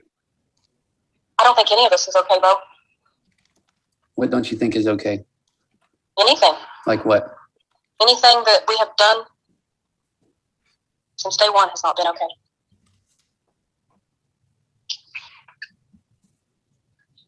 I mean, all I want is for my wife to come home, but Well, all I want is a godly husband, and you said that was unobtainable. So we'll never be like God. I mean, we'll never be. we're supposed to strive to be every single day. And I commands all throughout the Bible. And I absolutely do, but not one of us will meet that on a daily basis. We will screw up something. You don't have to lie and cheat and abuse and all that. Those are really willful choices that you have made. And at this point, I'm not going to be treated like that anymore. So not one of us will be perfect every day. I mean, we will mess up something. We will get short with somebody, just like what you're doing right now, not showing patience. Well, you can say that you're not, but I mean, the tone and the attitude and everything that's, you know. God, I don't know what's wrong with my tone. Well, and I mean, the other fact that you're keeping the children away from me, I mean, that's not very godly. I mean. Okay. I have a different viewpoint on that, but I'm not going to argue with you.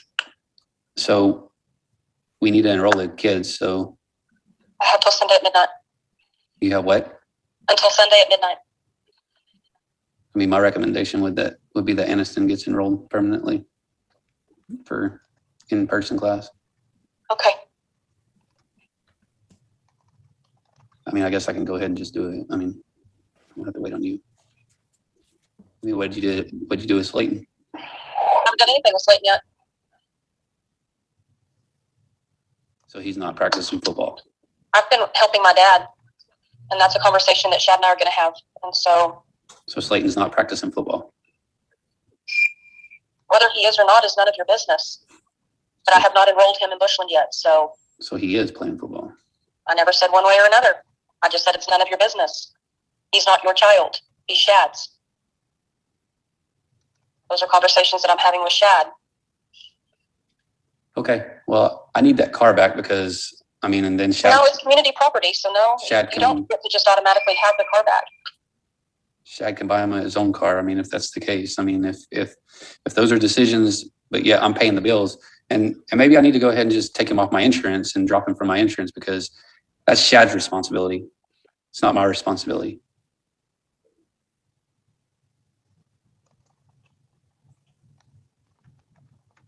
I mean, if that's what you want to do, I mean, Mr. Strap, godliness. No, I mean, you're the one that's. No, you're not his dad, period. But you're not his dad. But you're not his dad. Okay, but I'm responsible for paying all of his bills. So how does that work? So typically if somebody's paying bills, then they're technically, they're a legal guardian that, I mean.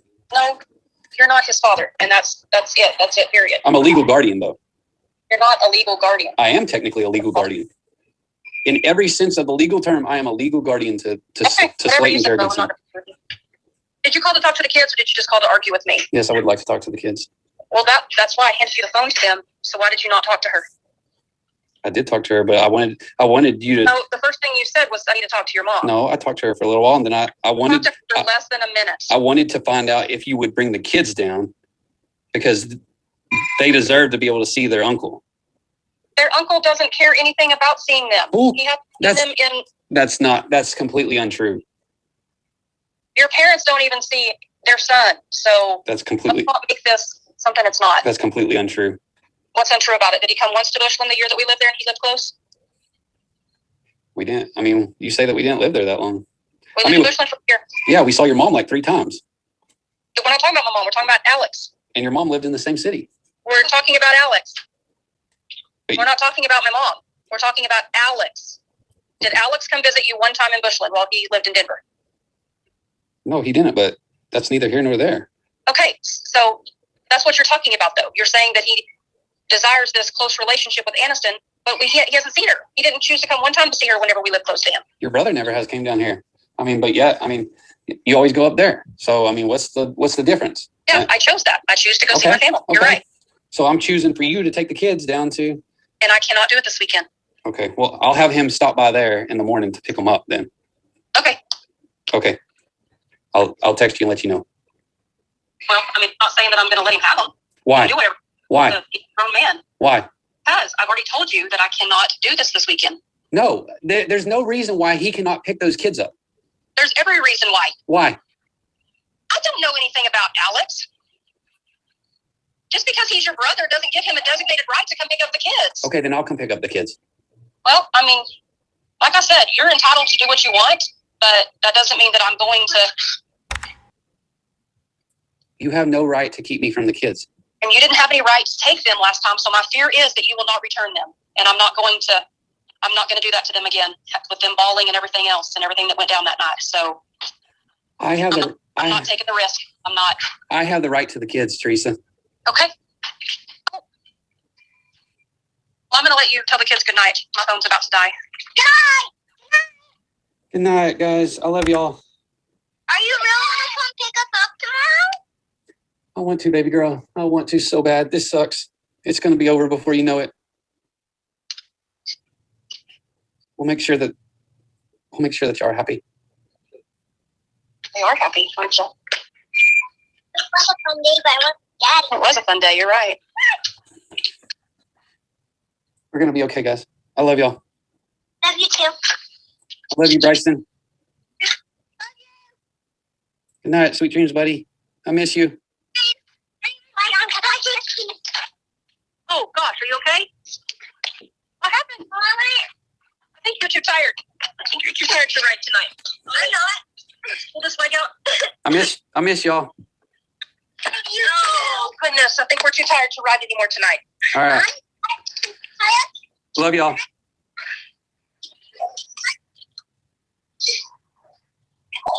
You okay? Good night, baby girl. Good night. Love you. Love you, buddy. You want to hang up? Okay. Good night. Good night. Sleep tight.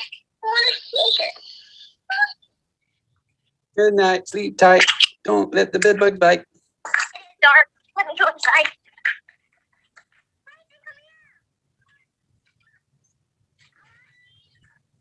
I want to see you too. Are you really coming to pick us up tomorrow? Let me see what I can do. It's not fair. It's not fair at all. But when am I gonna see you? Look, we have new toys. I got a Polly Pocket. Let me open it. And look, I have a little girl. And it came with a favorite pet. Yeah. And it came with some clothes for the little dog. I miss you so much. I'm ready for you to come home. And watch this. On the bottom, That was it, Your Honor. We're going to let you go ahead and ask any questions you want to about this exhibit, and then we will break for lunch. Yes, sir. Bo, in this recording, Teresa says she's afraid you won't return the kids. What is she talking about? The July 19th incident where I aborted the exchange due to the concern that I was going to lose my father rights. What effect did it have on you during the call, listening to your daughter, Aniston, plead for you to come pick her up? Wrecked my emotional state. What did you think it did to her? Objection. Calls for speculation. Same. That's all we have, Your Honor.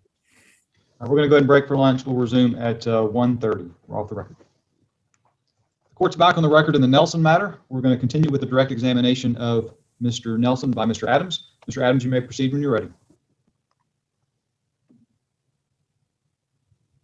Mr. Adams, you're muted. Mr. Haston, just so you know, you're muted as well. Can you hear me now, Judge? I can. There you go. Thank you. So, Bo, before we went to lunch, we had listened to a recording made from August 6th between you and Teresa, right? Yes, sir. And in that recording, you guys were discussing you getting the children back for visitation, correct? That's correct. Okay. And then the next thing that we have on our timeline is an entry from August 7th, 2020. It says that wife enrolls Aniston in Amarillo schools. Yes, sir. But when did you, when she enrolled your children in Amarillo schools, were you aware of that at that time? No, sir. When did you become aware that your wife had enrolled your children in Amarillo schools? When I received a phone call on August 19th from my daughter that morning as she was traveling to that school. Hold on just one second. Mr. Nelson, you were coming in loud and clear earlier, but I noticed right after we played that audio recording, I'm having trouble hearing you, and I think Mr. Hassan is too, as I saw him make a gesture to his ear. Can you make sure your mic is kind of close to you, because I'm having trouble hearing your answers? Is that better? Worse? Better. Better? Okay. Yes, sir. So, Bo, will you just tell us again, how did you find out that Aniston was enrolled in Amarillo schools? The morning of August 19th, on her way to school, she called me at approximately 7:35 a.m. and told me that she was on her way to her first day of school. And that was on August 19th. That's correct. Bo, when did you file for divorce from your wife? On August 10th of 2020. The next time entry says August 18th, 2020, husband served with petition for divorce from Randall County. Slayton starts Bushland High School. But what did you think once you had been served with divorce papers and saw that Teresa had been claiming residence in Randall County since May of that year? I was devastated. I thought my children were not going to come home, and it was going to significantly affect my relationship with my children. What did we file in response to your wife's Randall County divorce? An emergency motion for possession and access. We filed a plea and abatement in Randall County. We did. We filed a plea and abatement in Randall County. When was there a hearing held on that? On August 26th. When we had that hearing, was your wife's divorce allowed to continue in Amarillo? No. Did anyone besides you and Teresa testify at that hearing? Yes, her mom testified as a witness for Teresa at that hearing. Why didn't Teresa's mom get to finish testifying at that hearing? She was watching the YouTube video of the hearing and was removed from the courthouse that day. What was her demeanor like when she testified at the hearing? Objection, relevance. What's the relevance, Mr. Adams? Oh, the relevance, Your Honor, is that, well, A, we've been talking about parental alienation in this case, and the children are living with Mrs. Key, the person I'm asking these questions about. They also currently go to the school of Mrs. Key, the person that I'm asking the questions about. So since the children live with this woman and go to the same school that she works at, I think her attitude and how she's dealt in these divorce proceedings is very relevant. The objections overruled. You may answer that question. She was very manipulative and aggressive that day. Why do you think she violated the court's instruction? Objection calls for speculation. Sustained. Mr. Nelson, do you know what this is? This is the order on plea and abatement, a motion to dismiss, And when was this signed? August 27th, 2020. And why was Teresa's divorce in Randall County dismissed? Because she had not. Objection, Your Honor. The document speaks for itself. The plea and abatement was granted. Sustained.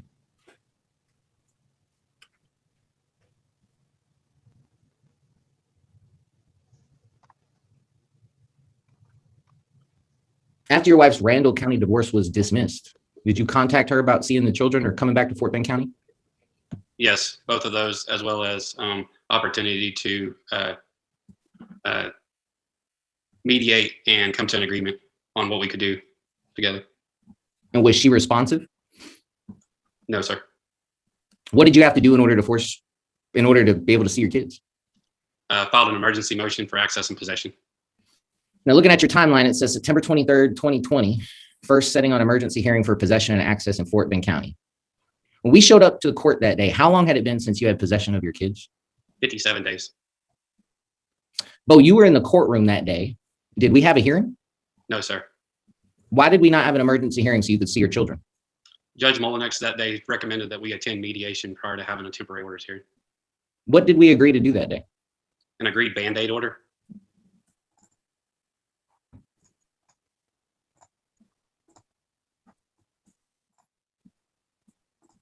Bo, is this that Band-Aid order? Yes. And in it, what did we agree to do? We agreed for possession and access on October 2nd and October 16th of 2020. Why did we agree to such a short period of possession and access? On Thursday, October 1st, we received at approximately 4:30 p.m. this document that had been modified from Mr. Haston and Teresa that was for an extended period of continued possession on an SPO, they had modified it back to only 2 weekend possessions that would grant through the mediation. When were we supposed to attend mediation? October 20th of 2020. Mr. Nelson, do you know what this is? Yes, sir. What is this?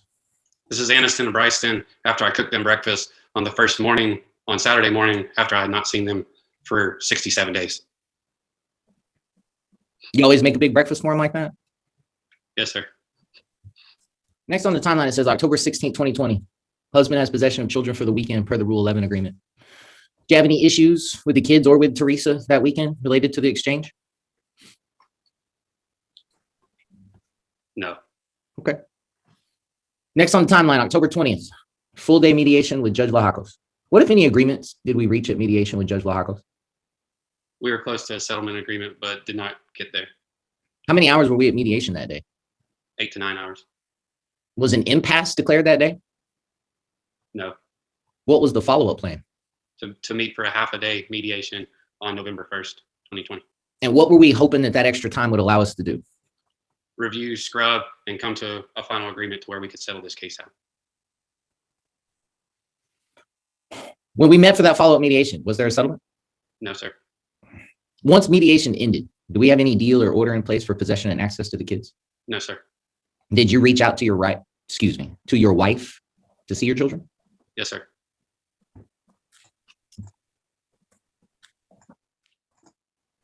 Mr. Nelson, what is this? Text message to Teresa Nelson, And when was this sent? October 28th. Part of it's October 28th, part of it's October 29th. And what were you asking Teresa in this message? For possession and access to the kids. And how did she respond? No, I'm not bringing the kids. Per the mediator and attorney last Tuesday, there would be no visitation this weekend. So she refused your request for visitation. Yes, sir.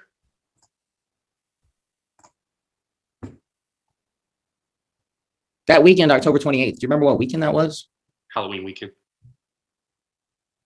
Did you end up getting any possession or access to your kids that weekend? No, sir. That text message also mentioned 15 minutes of FaceTime. What was the issue with that?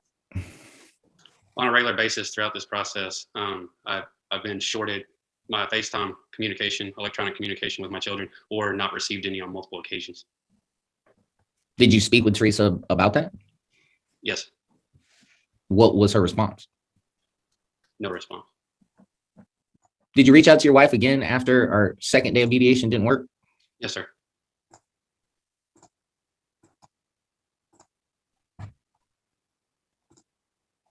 Mr. Nelson, what is this? An email from Teresa Nelson. Can you please read us what she sent you? It says, per my attorney, if we don't have an agreement in writing for any more possession, there won't be another possession until we either put it in writing and sign it or until the court orders it. Craig Haston.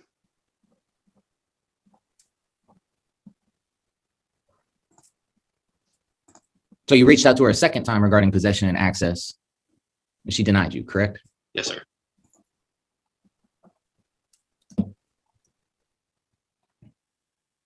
Once mediation had failed and she responded that way, what was the next thing we were planning to do to get you time with your kids? We had a temporary orders hearing set for November 10th of 2020. Right. Next on your timeline, it says November 9th, we were informed by the court that our TO hearing must be reset until after January of 2021. Yes, sir. Why did we file a second emergency motion for possession and access on November 12th? Because of the email that Teresa had sent me on November 6th. Mr. Nelson, what is this? Text message between Teresa Nelson and I. Can you tell us what you two are talking about here? Possession and access to the kids. How did she respond when you asked her about the kids? She said that her attorney tried calling my attorney and received no response. So I'd rather spend I'd rather spend money on another hearing.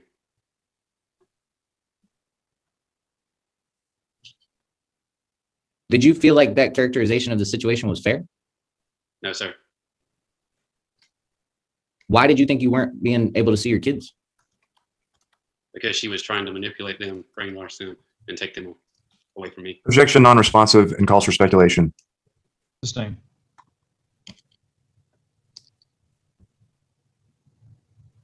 From July 28, 2020 until November 17th, when your wife texted you, how many times had your wife allowed you to see your kids? I only saw my kids on the weekends of October 2nd and October 16th. Why do you think she changed course and started offering you time with the kids in that November 17th message? Objection. Calls for speculation. Sustain. What kind of time was your wife offering you in that message? She was seeking to give me between November 25th and 29th of so Thanksgiving break, portion of Thanksgiving break. And then she was also seeking to modify the drop-off pickup location to drop off and pick up in Burleson rather than her being burdened with the drop-off coming all the way to Fulshire, Texas, Why did you not accept that offer? because of the drop-off location of the kids. And what would the difference in drop-off location have meant for you and the kids in terms of travel? The kids would have been in the car for 3 hours and 45 minutes on the way home from the pickup location, and we would have lost a significant amount of our time. Did you accept her offer? No, sir, Why not? because I want ample time where the kids and I can communicate, talk, and do activities together throughout the evenings versus spending time in the vehicle. Did you get to see your kids for Thanksgiving, Bo? No, sir. Next on your timeline, it says November 30th, 2020, emergency hearing in Fort Bend County. Did we have a hearing that day? No, sir. What did Judge Molinak say to the parties that day? She said typically the person who leaves the state or leaves the primary area is burdened with the travel to bring the kids to the other party. What did Judge Molinak encourage us to do? Modify our existing. Objection. Hearsay. Sustain.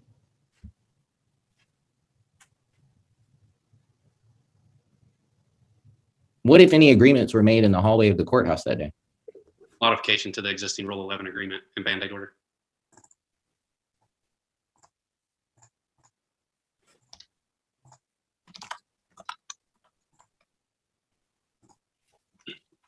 Bo, is this the agreement that we signed that day? Yes, sir. Essentially, what does it outline of the terms of the agreement?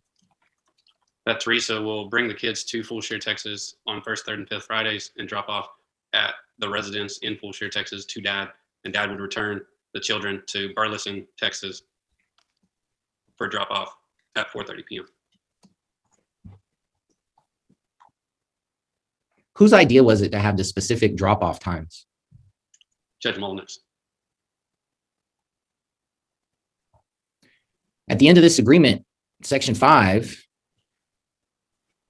says that you're going to get what kind of possession after the terms above run out? A continued standard possession order.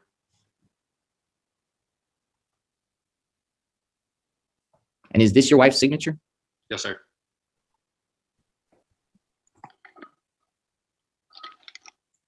Why were we able to come to an agreement that day that we weren't able to before?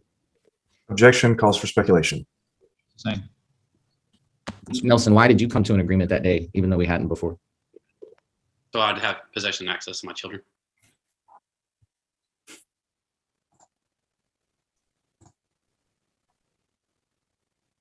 Your Honor, I've got one more recording.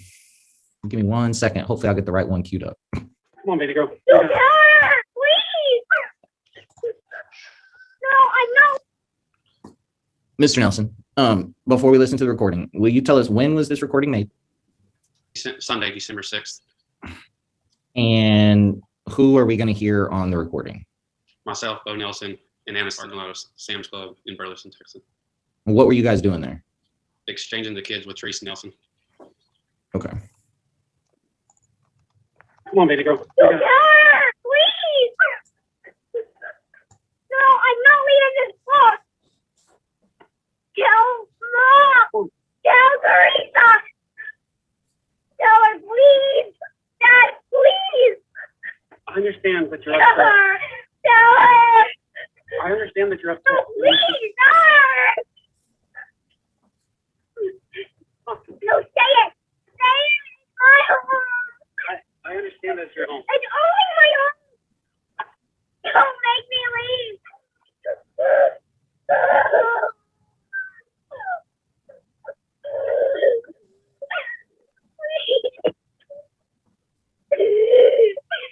I get her.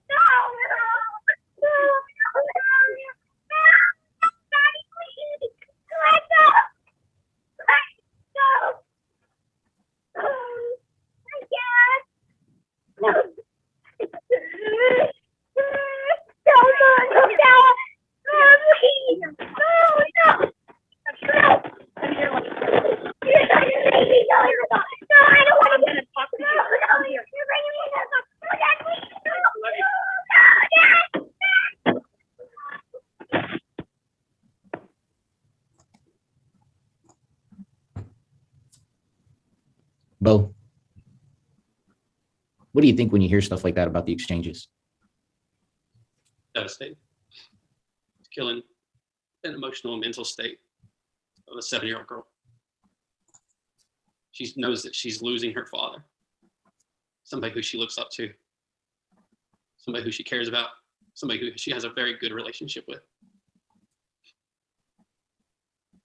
After the Band-Aid agreement was put into place, you basically had a standard possession order at that point. What, if any, issues did you have with Teresa regarding the children? Privacy, electronic communication privacy. She tried to, 2 weekends ago, she tried to not bring the kids down here due to a weather event and me not having potential electricity and potential clean water. Had you ever seen Teresa engage in behaviors like that in the past? Yes, with Chad Jurgensen, Slayton's father. What, if anything, concerned you about seeing that pattern repeat itself? It concerned me that I lived 9 years of that and I knew exactly the playbook that she was about to play with me. That I may not have sufficient amount of time with my children, that I might not get my possessions of access, that I may not get to talk to my kids on a regular basis, and that I may lose my relationship with them.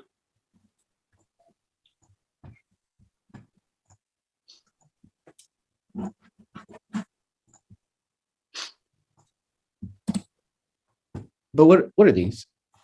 Text messages between Teresa and I. And if we go to page 6.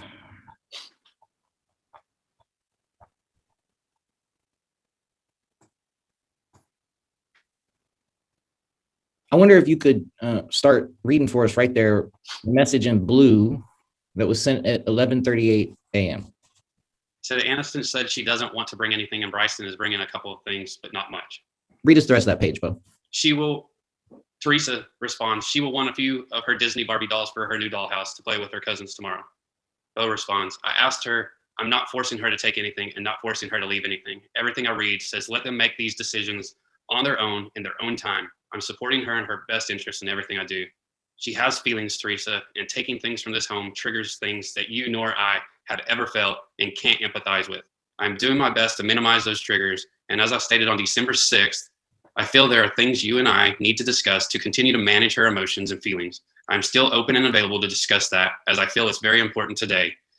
It's going to be very hard on this little girl again, and it's something as two parents we need to work together for her, as confidants to her, and ultimately work together for her greater good, but put our indifferences to the side and focus on what is best for them and their well-being. Teresa, on the way to drop the kids off, Bryson made a comment that highly concerned me. Mommy tells Aniston that she doesn't need her daddy. I followed up with Aniston asking if this was said, and she said, yes, on more than one occasion. Can you please provide me with the context of this, or if the kids have taken this out of context? There are things I nor you can be, and one of those things is you do not have the ability to be her dad, and I don't have the ability to be her mom. Let me know when you're available to discuss this. Thanks. Teresa responds, there is no truth in this, and I will not discuss this further. This has never been said. I have asked both kids, and both kids said they did not say that. Bo responds back, I'm concerned of where this idea came from. Do you think they would just make this up? Next on your timeline, Bo, it says January 11th, 2020, husband traveled to Amarillo for Aniston's birthday, received possession from 6 to 8 p.m. How did you get there? I flew. How long is that round trip flight? 4.5 hours. Did Teresa invite you to Aniston's birthday party? No, sir. Did you take part in any family activities with Teresa?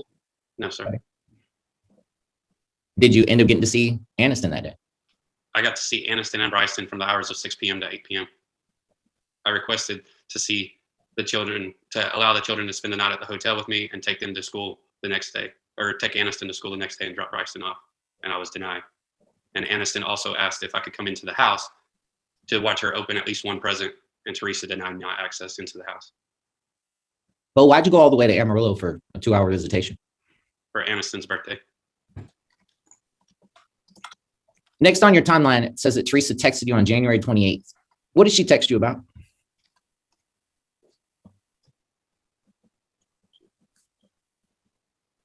I don't recall. Okay. Do you recall around January 28th, your wife texting you about changing drop-off times? Yes, sir. What did she say? Due to the amount of absences that Aniston was incurring from Crestview Elementary, she had received a truancy letter, and she was seeking to delay the drop-off of the kids at my house or allow me to meet her further up the road. How did you respond to her request? I said I would not agree to anything that was outside of the court-ordered paperwork at this time. Is that because you don't care about Aniston going to school? No, sir. Why did you not agree? During the relationship I watched over the last 9 years, when she requested changes to divorce decree situations with her previous husband, she did not implement those same decisions as he requested changes on the back end. Certain examples include changing spring break dates. So on his year that he was supposed to have spring break, she requested his spring break, and the very next year she said, I don't remember ever agreeing that I would give up my spring break. Also, I remember times of you work during the summer, so I shouldn't have to give you your 30 days because you can't take care of him during the summer.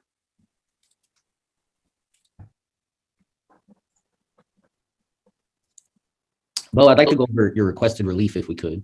Yes, sir. So first, Bo, what type of conservatorship are you asking for this court to put in place regarding your kids? Joint conservatorship.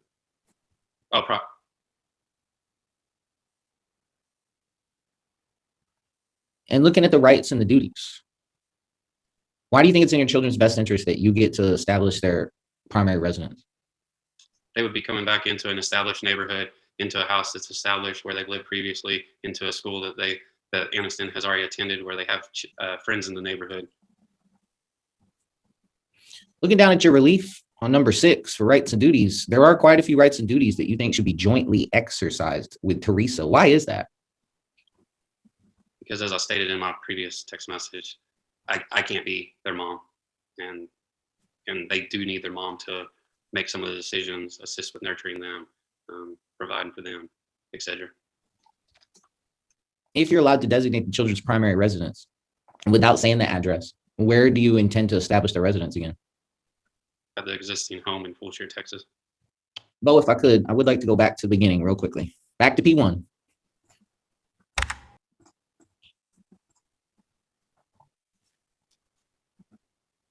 Looking at your son, Slayton. Sure. What's your relationship been like with him since y'all filed for divorce? I have not heard a word from Slayton since we filed for divorce. How would you characterize the relationship that you have had with Slayton over the course of y'all's marriage? I would say that we had our moments. A lot of it stemmed off of his dad not really supporting the relationship between Slayton and I, and then Teresa as well. Looking at your stepdaughter, Alexis, what kind of relationship have you had with her since the divorce was filed? Just very few text messages back and forth, mainly around financial information. Bo, what is this? This is a text message between Alexis and I on March 3rd, 2020 or 2021. And what are you guys talking about here? This was when I sent her final payment for college at Oklahoma State University. Can you read her response there in black for us? Says, I got the check in the mail and turned it into the bursar office. I was confused and thought there wouldn't be a late fee until March 15th, but there was one applied March 1st. I also got your letter. I totally agree with all your advice, and I'm so glad I'm blessed enough to graduate debt-free. It is such a blessing that Hunter nor I have college debt to pay off. The closer I get to graduating, the more I think of all the advice you and Mom gave me and how annoying it was at times. Thank you for all the help along the way. I couldn't have done it without you both. Bo, did you help pay for your stepdaughter's education? Yes, sir. She referenced the letter. You don't have to tell us what the letter said, but did you talk to her about more than money? Yes, sir.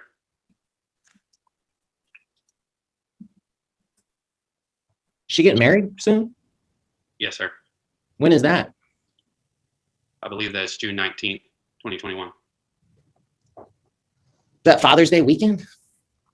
That's Saturday before Father's Day weekend. That's correct. You invited to that wedding, Bo? Not as of right now. No.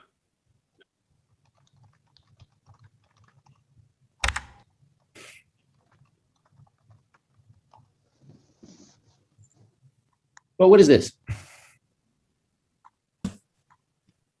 That's the time that the children have spent in the vehicle up until February 21st. So from May of 2000 through February of 2021, the kids have traveled a little over 14,000 miles. Is that correct? That's correct. And they've spent over 200 hours in the car. Is that correct? That's correct. What impact does all that time in the car have on the kids, Bo? It's taking a toll on them. You know, if we look at this, there was only 2 weekends in October, two weekends in December, and then 3 weekends in January, 2 weekends in February there, and then a few miscellaneous between May and July. But this is really taking a toll on the kids from a mental perspective, from an athletic perspective, a fitness perspective, them being able to go out and run around.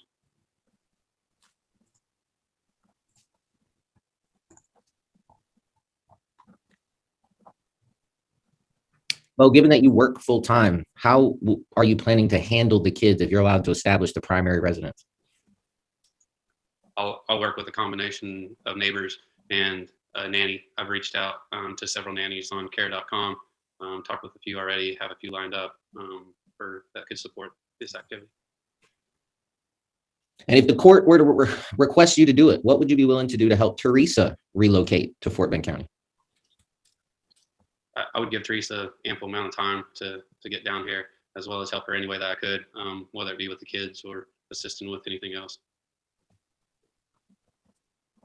But why is it so important that the children be ordered to be brought back to Fort Bend County? My desire to be a big part of my kids' life, such as coaching their, in 2016, I coached Anderson's soccer team.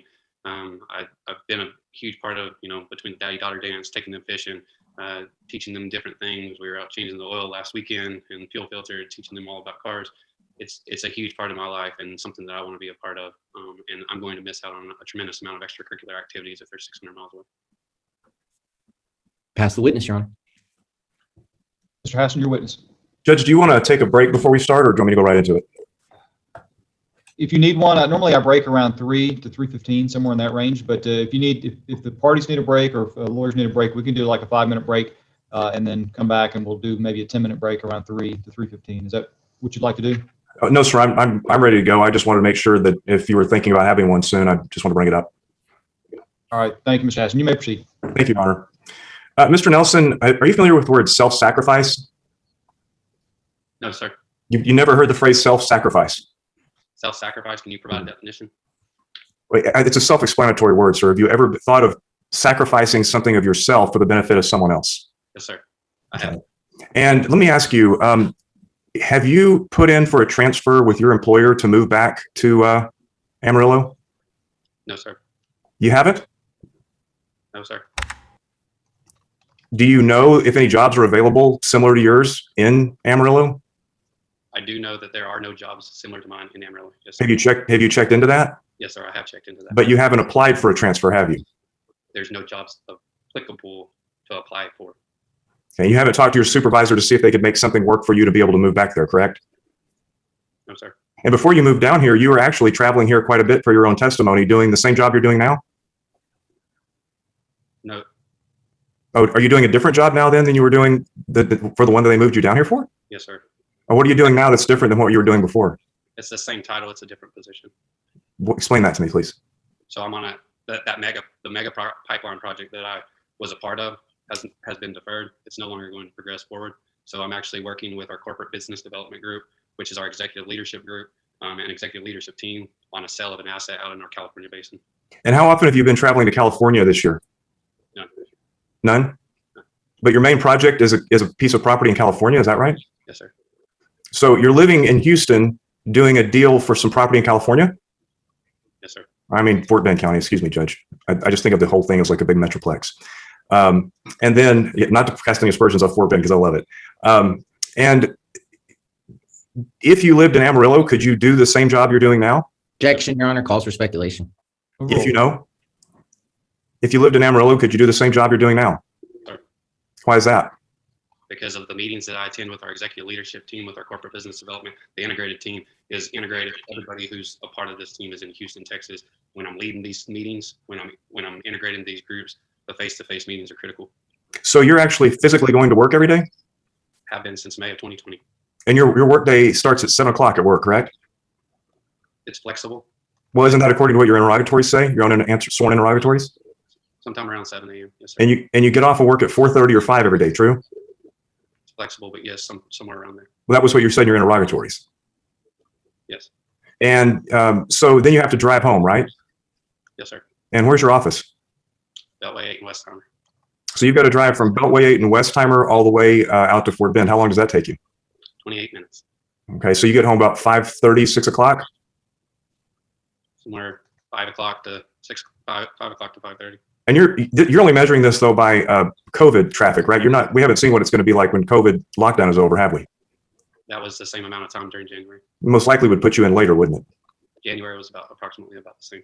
So your plan here is, if I've got this right, let me know. I need to punish my wife for taking my children to back to Amarillo. So now I want custody, and I'm going to somehow figure out how to manage my kids between 7 a.m. and 5:30 or 6 o'clock every day. Objection, Your Honor. Counsel's testifying, speculation, and calls for narrative. I'm just asking him if that's what what his plan is. Sustained is argumentative or testifying. You can rephrase your question, Mr. Hassan. All right. Mr. Nelson, throughout all of this testimony, we've seen a lot of pictures, lots and lots of pictures. Just what was the purpose of showing so many pictures? Pictures worth 1,000 words. Worth 1,000 words? And I noticed that in a lot of those pictures, Teresa Nelson was not in the pictures, correct? There's a fair amount of pictures that Teresa was in. But in those that she's not in, she was usually the one taking the picture, wasn't she? I can't answer that. I would have to see the pictures up on the screen. All right. So your plan is to ask the court to give you primary conservatorship, and you're going to somehow juggle the kids between a nanny and neighbors when you have custody down here. Is that right? And is that your plan? What if the judge ordered Teresa Nelson to move back, or at least ordered that the children's residence was Fort Bend, surrounding counties? Would you then agree that she should have primary joint managing conservatorship? That's unknown at this time. Why is that unknown? You haven't thought about that? That's open for discussion. Well, I'm discussing with you right now. I'm asking you. And the answer is no.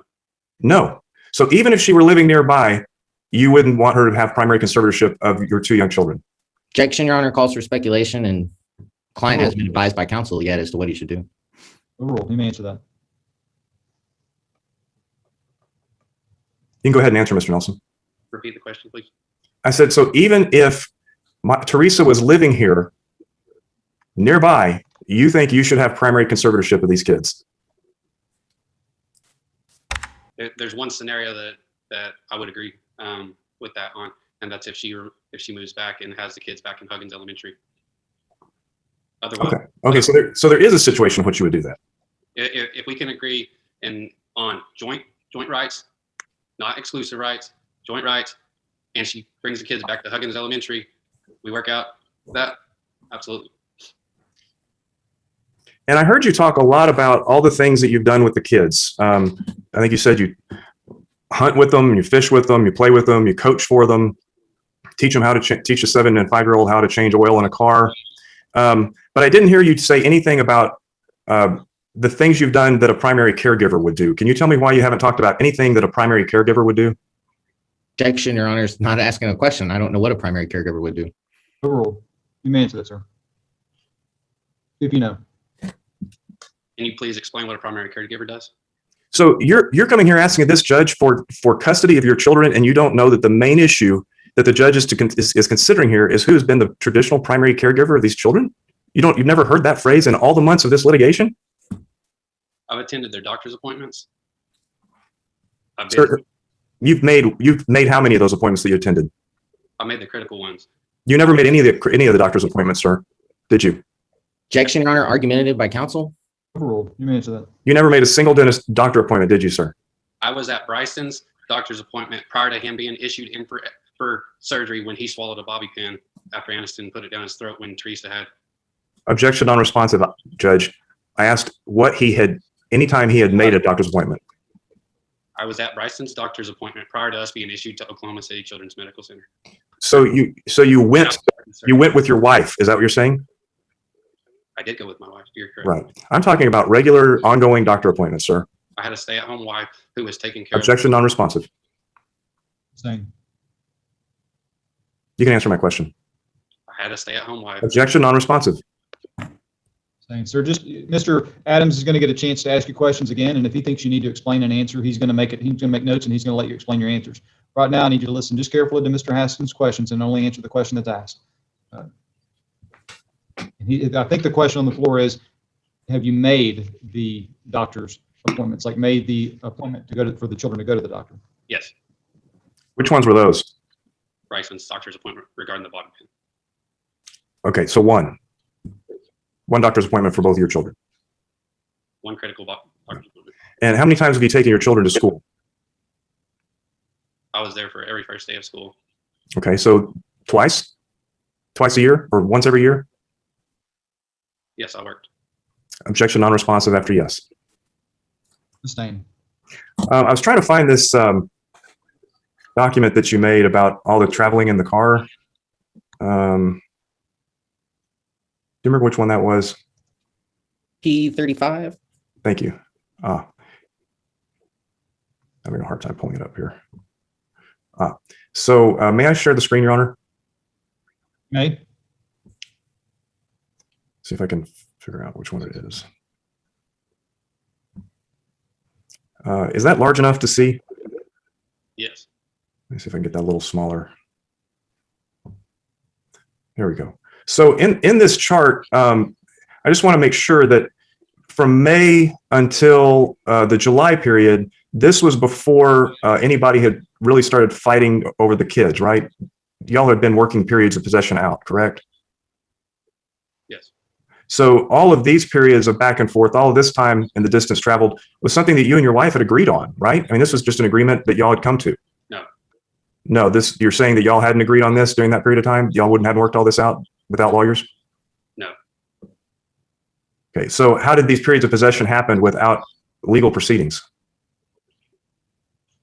There was plenty of fighting. There's an email that asked for 50-50 possession to Teresa. But I'm asking you that the way that the children were traveling was because of an agreement that you and Teresa made. Very simple question, correct? She would only bring them when she wanted to bring them. These were not agreed upon. You know how to get to Amarillo, don't you? You can drive there, right? Yes, sir. And let me just stop the share real quick. How many times have you driven to Amarillo since May of 2020 and spent the weekend there with your kids? None. Is that because you wanted to punish your wife and make her do all the driving like you've done throughout the pendency of this case? No. Don't you think that a little bit of self-sacrifice would have allowed the children not to sit in the car all those hours if you had agreed to come up there every other weekend and spend some time up there with the kids in the environment they were in? Absolutely. But you didn't do that, did you? No. You didn't offer to do it. Yes. Now, talking about this period of time that you didn't get your kids, or that you only got your kids for, 6 to 8 p.m. On Aniston's birthday, when did you let your wife know that you were going to be flying up there for her birthday? A week and a half prior to, maybe. And I've noticed you have tons and tons and tons of text messages back and forth between the two of you. I'm wondering why no text messages to show the communications leading up to that 2-hour period of possession. I have an email. So in fact, you let her know that you would be there and you would be exercising your 6 to 8 p.m. period of possession, right? Yes. And did you know that she had been planning, she and her parents had been planning a little party for Aniston? I gave her a week and a half notice. Right. So she ended up moving the party to accommodate your period of possession, didn't she? Unknown. And in fact, Aniston was the one that asked you if she could spend the night with you at the hotel, true? Yes. And you told her the pool was broken, right? The pool was broken. Yeah. And so that's why they didn't spend the night with you, true? No. Well, you sure made it sound like it was your wife's fault that they didn't get more time with you. I asked Teresa at 4 p.m. that day if she could stay the night with me, and she said no. Okay. But again, mysteriously, we don't have any text messages to support any of that. What airline did you fly? United. All right. And so do you have a copy of your itinerary? Can you look that up? Yes. And when were you slated to fly back? I don't recall. When did you fly back? I don't recall what time I flew back. I flew back sometime in the morning. Okay. So you stayed over the night. Yes, I stayed over the night. And you flew sometime before noon, flew back? Yes. I know that we've been talking about an expert going to be talking about alienation, right? That's something you've mentioned several times in your testimony. Do you know, have you done any reading on alienation and alienating behaviors? Yes. Okay. And what are some of the hallmarks of parental alienation, and you're based on what you've read as a layman? Lack of privacy, brainwashing, difficulty on communication, seeking exclusive rights, not wanting the other parent involved, only working towards what makes sense for that parent on exchanges, swaps, such as when an ice storm comes and all of a sudden it's not convenient to drive down and want to exchange, how convenient it is to swap to where it's an in-between when a judge issues you another. So you're really, really stuck to this temporary order we have in place, aren't you? It makes sense when your wife runs away with the kids. Objection non-responsive. Same. Yes. And you would rather put your own needs as a father ahead of your child's educational needs, correct? No. Well, then how can you explain that it's okay for your child to have multiple absences and be warned of truancy court? Because you won't let her go to school until 10 o'clock on Fridays and be counted present. Because of previous conflicts associated, as I watched over 9 years, that she's manipulated through her previous husband. But sir, when you're faced with facts right in your face that your child is being counted absent and that the mother is being threatened with truancy court because of excessive absences, you don't have any room in your head for some common sense to think, wow, maybe I should bend a little to accommodate my child's needs? Yes. Let's talk about alienating behavior. I saw that message from Alexis. When was that? That was just yesterday? March 3rd. Wait, I thought I saw one that was just from yesterday, where she thanked you for the money. Called March 3rd. Okay, I misunderstood the date. So March 3rd, that was just a few days ago. What in that text message from your stepdaughter makes you believe that she's alienated from you? I have not received one "I love you" since the divorce started, and the only thing that she's ever reached out for is money for her college. Okay, so it's really all about Bo and Bo's needs for attention, right? That's really what it's about. No. And so because she didn't say "I love you," she's alienated from you? The only text message is Objection non-responsive. Same. I thought that sounded like you didn't think that sounded like a pretty nice, sweet text message from her, thanking you for all your advice and for all your financial help? Yes, you're correct. And since we're talking about that, my client, Miss Nelson, also received child support over the years, didn't she? A minimal amount. Okay, that was my question. She received child support, did she not? Yes. And that child support went into the Children's College Fund, didn't it? Yes. Okay. And Alexis, who was raised by Teresa Nelson, the alienator, is making a 3.6 at Oklahoma State University, isn't she? Yes. And she's really a good kid, isn't she? Yes. Sounds like she turned out pretty good. Yes, I've spent 9 years with her. Oh, so it's because you were there for 9 years. It wasn't her mother. Is that right? No. Okay. That's not it's a combination of both parents who were engaged in her life, and she followed suit, and she's doing civil engineering, which I was a civil engineering major. And she went to Oklahoma State, and I went to Oklahoma State. Okay, so finally we get a little recognition of Teresa Nelson as a parent, finally. And on top of that, she got a lot of scholarships as well, didn't she? Yes. So it wasn't just you funding her entire college career. There was other sources of finance, correct? That's correct. Why did you bring your kids back 10 minutes early when you were up there for Aniston's birthday? So I wasn't late due to Teresa. I've seen Teresa make a big deal out of things Okay. like that. All right, so We were 5 minutes early. so you were scared of Teresa's wrath. Yes. And let's talk about the weekend possession. The weekend that you demanded that you have possession, that was during the coldest weekend we've had in Texas in over 30 years, right? Yes. And you thought it was still best, while everybody else was staying home, for her to get out on the road and drive the kids all the way to Fulshire, Texas. Yes. And you were very angry that she even asked you to consider their safety and welfare. was not angry. Well, it sure sounded like it when you were testifying a few minutes ago. You said that was manipulative behavior. There was no roads that were closed at that point. Well, sir, doesn't she have to drive down I-35 on the way to from Amarillo to Fulshire? Yes, and I have pictures of that day. Isn't that where 105 cars piled up and 60-something people died? 2 weeks prior to that, yes. Wow. Did you have water when the kids came down? Yes, Did you have electricity? yes.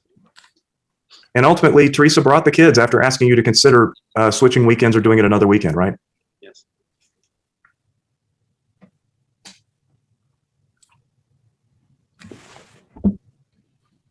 Who is Katie? Girl. A girl.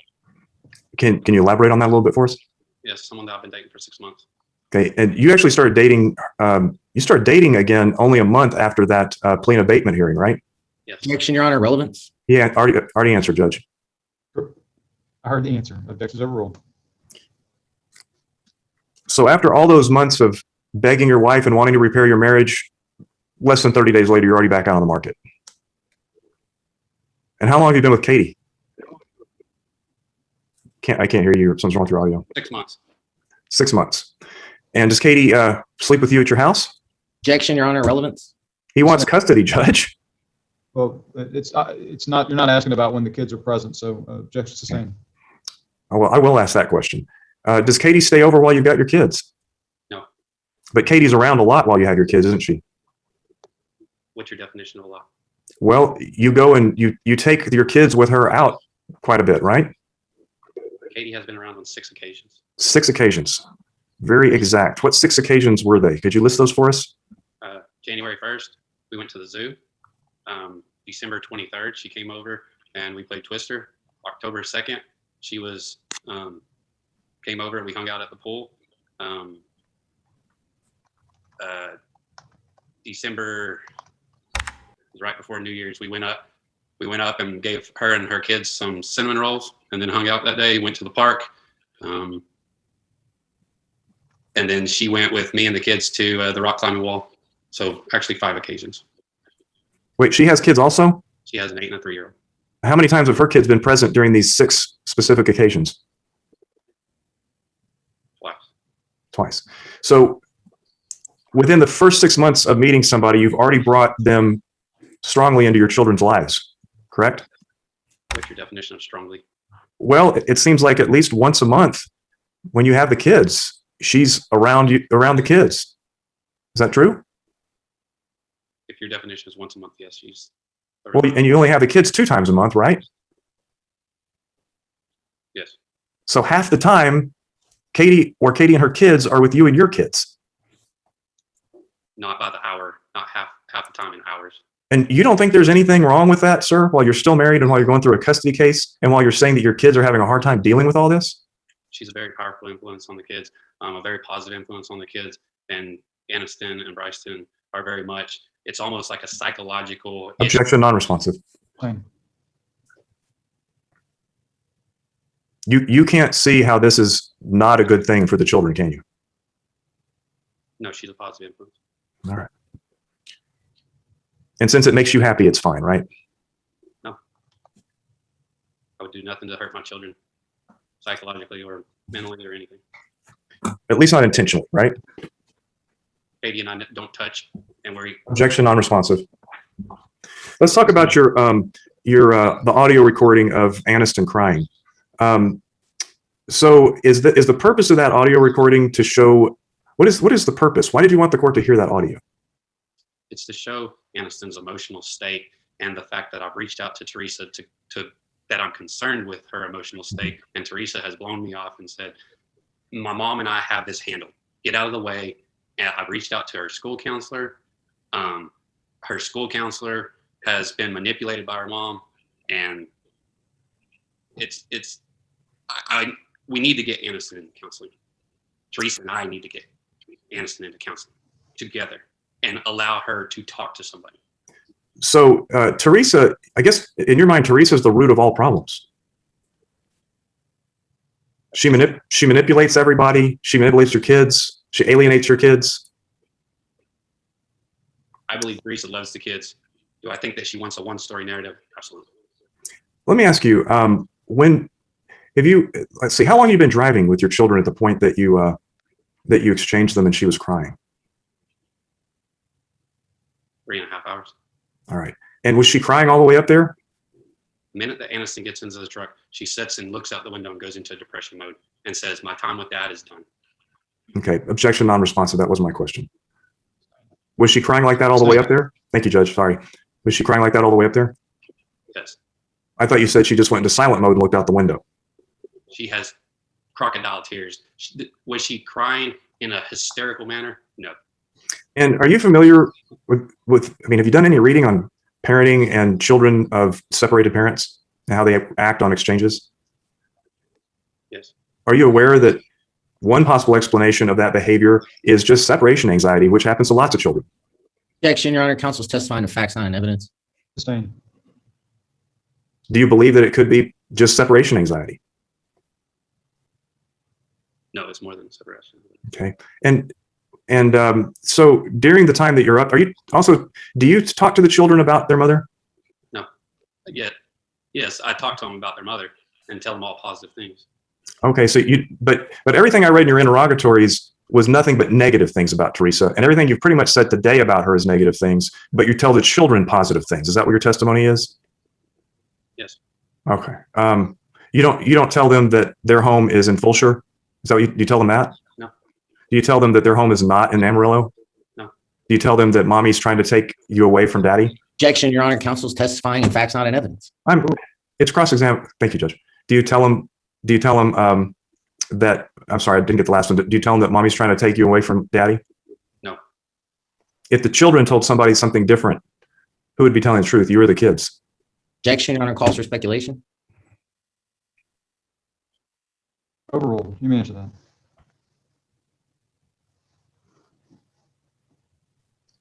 I don't anticipate that the kids would say that.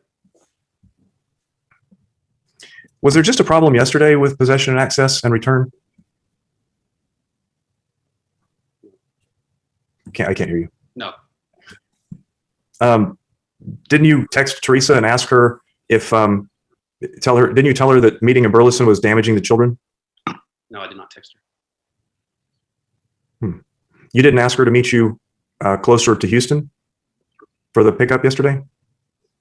No, I did not text her. Okay. Well, how did the communication happen? Specifically state what communication. Well, did you have communication with Teresa yesterday about her picking the children up closer to Houston? Yes. Okay. And what was the form of the communication? Phone call. Okay. And in that phone call, you told her that you wanted her to pick the kids up closer to Houston. Is that true? No. Well, what did you tell her? I told her that if she was in the vicinity of Fulshire, that does it make sense on this specific occasion to pick Aniston up so she's not staring out the window and in a depression mode, that we go ahead and get the exchange done rather than us both driving parallel to Burleson. Okay. And she actually agreed to meet you about an hour out of town, right? In exchange. No. That's not your recollection of how the call went? No. Where did you end up exchanging? Burleson. Oh, but I thought you got angry and you told her, I'm just going to drive all the way to Amarillo. Did you do that? No.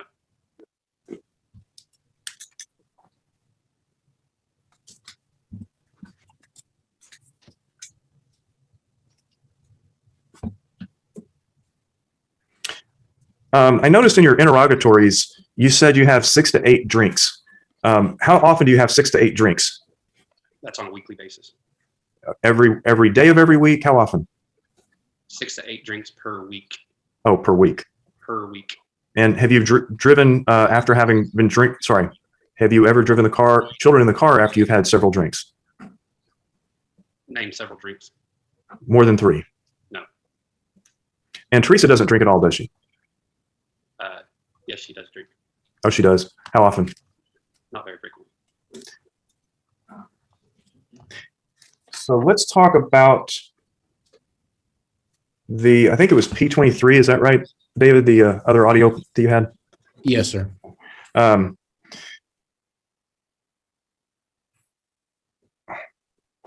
So in listening to that, Teresa's dad had just had or was just about to have surgery. I don't remember. Had he just had surgery? He was 7 days post-surgery. Okay. And it was pretty serious surgery, wasn't it? Shoulder surgery. Yeah. And she was there to help. She was there helping out, right? Helping him get around, bathe, etc. I'm not real sure what her role was. Well, she was explaining that to you in the audio. Do you take that for face value? Yeah. And so instead of concern for your dad, you had the kind of flippant, facetious remark, well, does he need a babysitter with him? Did you think that was an appropriate statement to make after her dad had just had that surgery? No.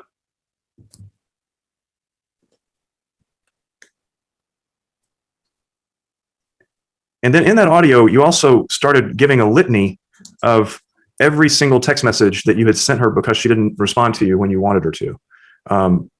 Isn't it true that if Teresa doesn't respond to you almost immediately, you get angry and begin text bombing her? No. In that conversation, I heard you say, I'll be up there first thing in the morning to get the kids. You remember saying that? Yes.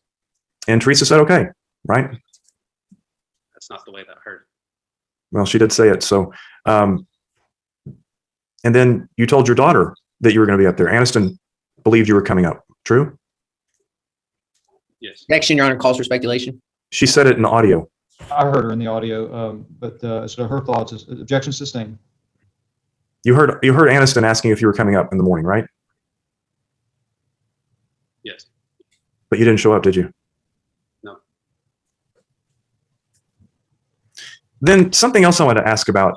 You talked about kind of in a offhand fashion about, a little cheating here, a little cheating there, a little more cheating. Jumping at my wife to scare her and almost having her spill boiling water on her. We'll get to the ripping the phone out of the hands later. But in that conversation, when she finally challenges you, when you're talking about being a godly man, and you say nobody can be a godly man, and she says, well, at least you could strive to not lie and cheat and abuse. That was a perfect opportunity for you to deny those things, wasn't it? Yes. But you didn't say a word. You changed subjects, didn't you? I don't recall what I said there. The truth is, you do lie and cheat and abuse. You have lied and cheated on and abused your wife, haven't you? Yes, in the early part of our marriage. And you think those are great hallmarks of a primary conservator of children? No. And a lot of that's been done actually in front of your children, at least the verbal abuse. No.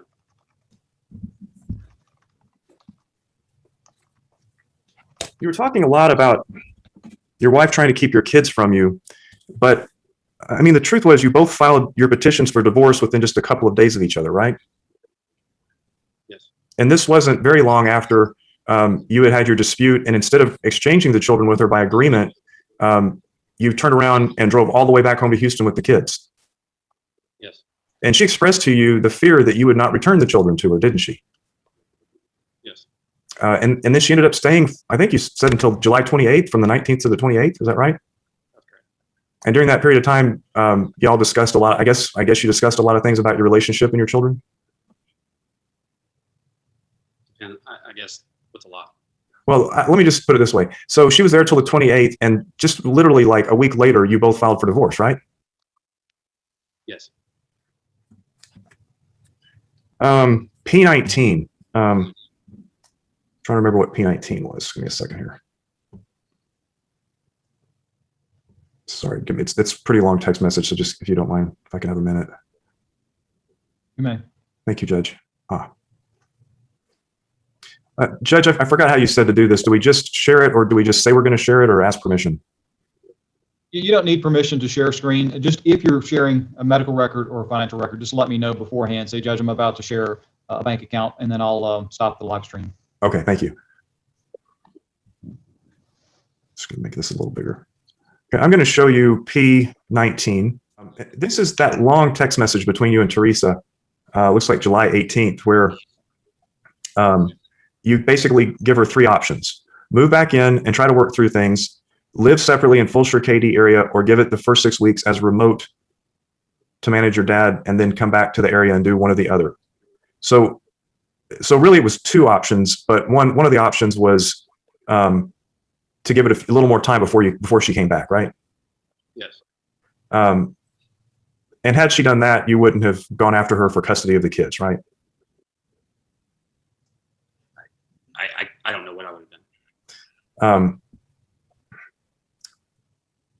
But one of the options that you didn't throw out there was maybe I could talk to my boss and my upper management and see if maybe I could get transferred back to Amarillo to be closer to you and the kids, right? That wasn't an option. Correct.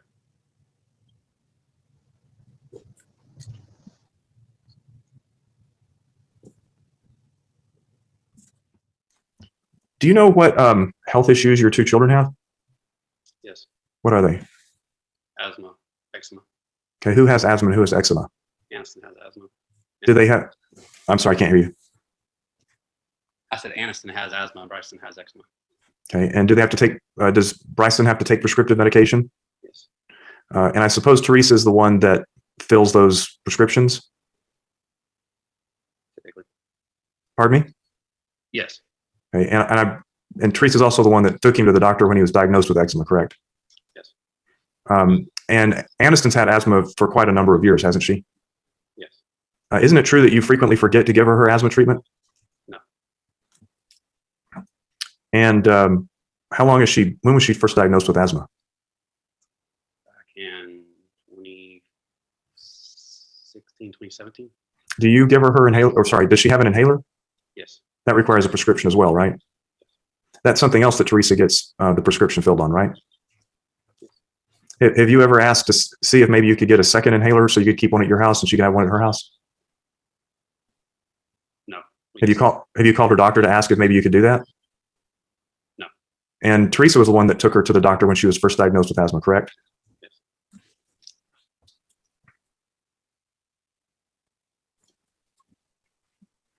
P14 was the email that, I think that was an email to the school about I guess it was the virtual graduation for Aniston from kindergarten. Yes. You recall that? And that was, who wrote that email? Teresa.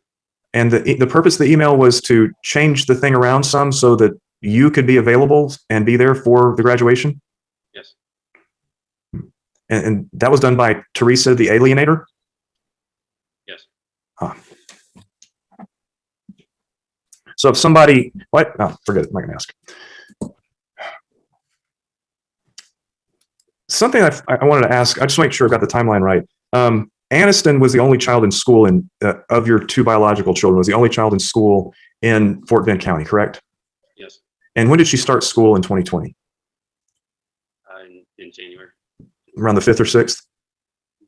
Yeah, somewhere around there. Okay. And by mid-March, COVID lockdown came and it became virtual, correct? That's correct. So for 2.5 months, she physically attended school. Yes. All right. And during that time, it's your assertion that she made really close friends at school? She had some friends at school. That's correct. And prior to moving here, y'all had lived in Amarillo for over a year, hadn't you? We lived in Bushland. Which is the outskirts of Amarillo, right? Yes, it's separate from Canyon. Okay. And before Bushland, where did you live? In Stillwater. And that's in Oklahoma? Yes. And before that, where'd you live? In Bartlesville. Where? Bartlesville, Oklahoma. Okay. And before that, where'd you live? We lived in Amarillo, Texas. Okay. So traditionally, y'all have always moved back to Amarillo, Texas, right? Previous. Well, I wouldn't say traditional, but we've been in Amarillo three separate times. Okay. You started out in Amarillo, right? I started out in Houston, Texas. Well, no, as husband and wife, you started out in Amarillo. As husband and wife, we started out in Midland, Texas. Okay. And then you moved to Amarillo. And then we moved to Amarillo in January of 2013. And do you agree that geographical stability is really important for children growing up? I think that's debatable. It's debatable. But in the 8 years or the 9 years, I guess whatever it was, I guess the 8 years that you and Teresa were living together as husband and wife, y'all moved 6 times, true? Yes. And you're in the oil and gas industry. Yes. And according to your own testimony, you've gotten a lot of promotions. That's right. You could go higher from here, couldn't you? Potentially. I think, yeah, I could remain my entire career here in Houston at our corporate office. And you testified in your interrogatories that you plan on having the children stay here until they graduate from high school. True? Yes, Houston, Texas is Phillips 66's corporate office. But it's not that your job's not that stable, is it? Yes, yes. But in your own piece of evidence that you put in, you told her in, I think, June that the company was going through layoffs and you were concerned. We've ended our layoffs. Okay, but you were concerned that you might get laid off, were you not? Yes. Okay. And had that happened, you would have had to start looking for another job in the oil industry, correct? Yes, what better place than Houston, Texas? Or maybe another great place would be in Amarillo, where your children and the entire support system live. Another option. Now, Teresa's parents live in Amarillo, right? That's correct. And they're very, especially her mother is very involved, and the children love her very much. True? Yes. And Teresa, would you agree with me that Teresa's mom is a great support system for her as a parent? No. Why not? Because I think that she's very manipulative, very controlling, and always is seeking. She's always telling the kids, "You don't love me. You don't love me. I wish that you would tell me you love me. I need you to tell me you love me." So she's not a good grandma. Does she desire to be a good grandma? Yes. Does she do it in a manipulative and controlling way? Yes. And you don't think you show any of those types of personality traits with your children? Do I think that I showed those kind of traits previously? Yes. In 2017, I really think that I took to reading leadership books. I think that I took to getting mentors and developing a different side of me to where I'm very empathetic at this point. So how about that one audio that we heard when you're talking to Bryson, and you're telling him, "Do you miss me? Do you want to see me?" You don't think that's self-focused on you? Yeah. Do we get into those modes? Yes. I noticed that when you were talking about all the things that you do with the kids, you didn't mention bathing them or washing their clothes or putting them to bed or making their meals or taking them to their doctor's appointment. You didn't mention any of those things that I just mentioned, did you, in your testimony? No, I did not mention that in the testimony. You didn't mention that you set up play dates for them, that you met with other parents for play dates. You didn't mention that, did you? No, I did not mention that in the testimony. In fact, almost all of your testimony has been about your rights as a father and how your wife has taken your children away from you. I mean, that's the main focus of your testimony, isn't it? My relationship with my children is the main focus of my testimony. And then you talked a lot about how valuable you were, how many promotions you've gotten, and the things that your higher ups need from you and want from you. Let's talk about this move here to Houston. You said that's a promotion? No. The move to Houston was not a promotion? No. It was an opportunity to take a position that was a needed position from the business unit that provided my experience previously. That would and so you could have said no, right? You had the option to say no. I don't recall saying that it was a promotion. Well, do you recall the text message where you texted your wife saying that you had changed your mind and taken the position after you'd already told her no, you weren't going to take it? Absolutely. I could have said no to this position. You're absolutely right. And then your family could have stayed in Amarillo, where they had been living for over a year and had lived previously, right? That's correct.